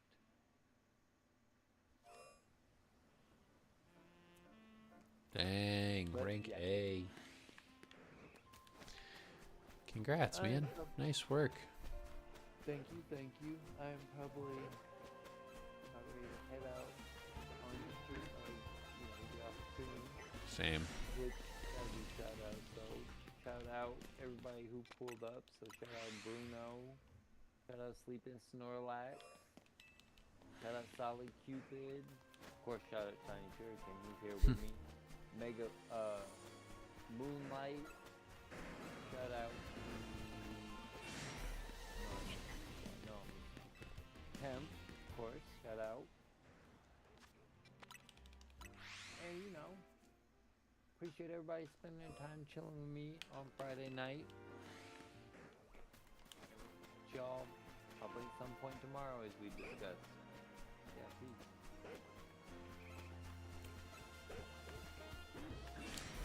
And that's going to be my last check on the Furfrus. I'm going to bed. But same spiel. Thanks for everybody for coming out. Thanks for everybody hanging out.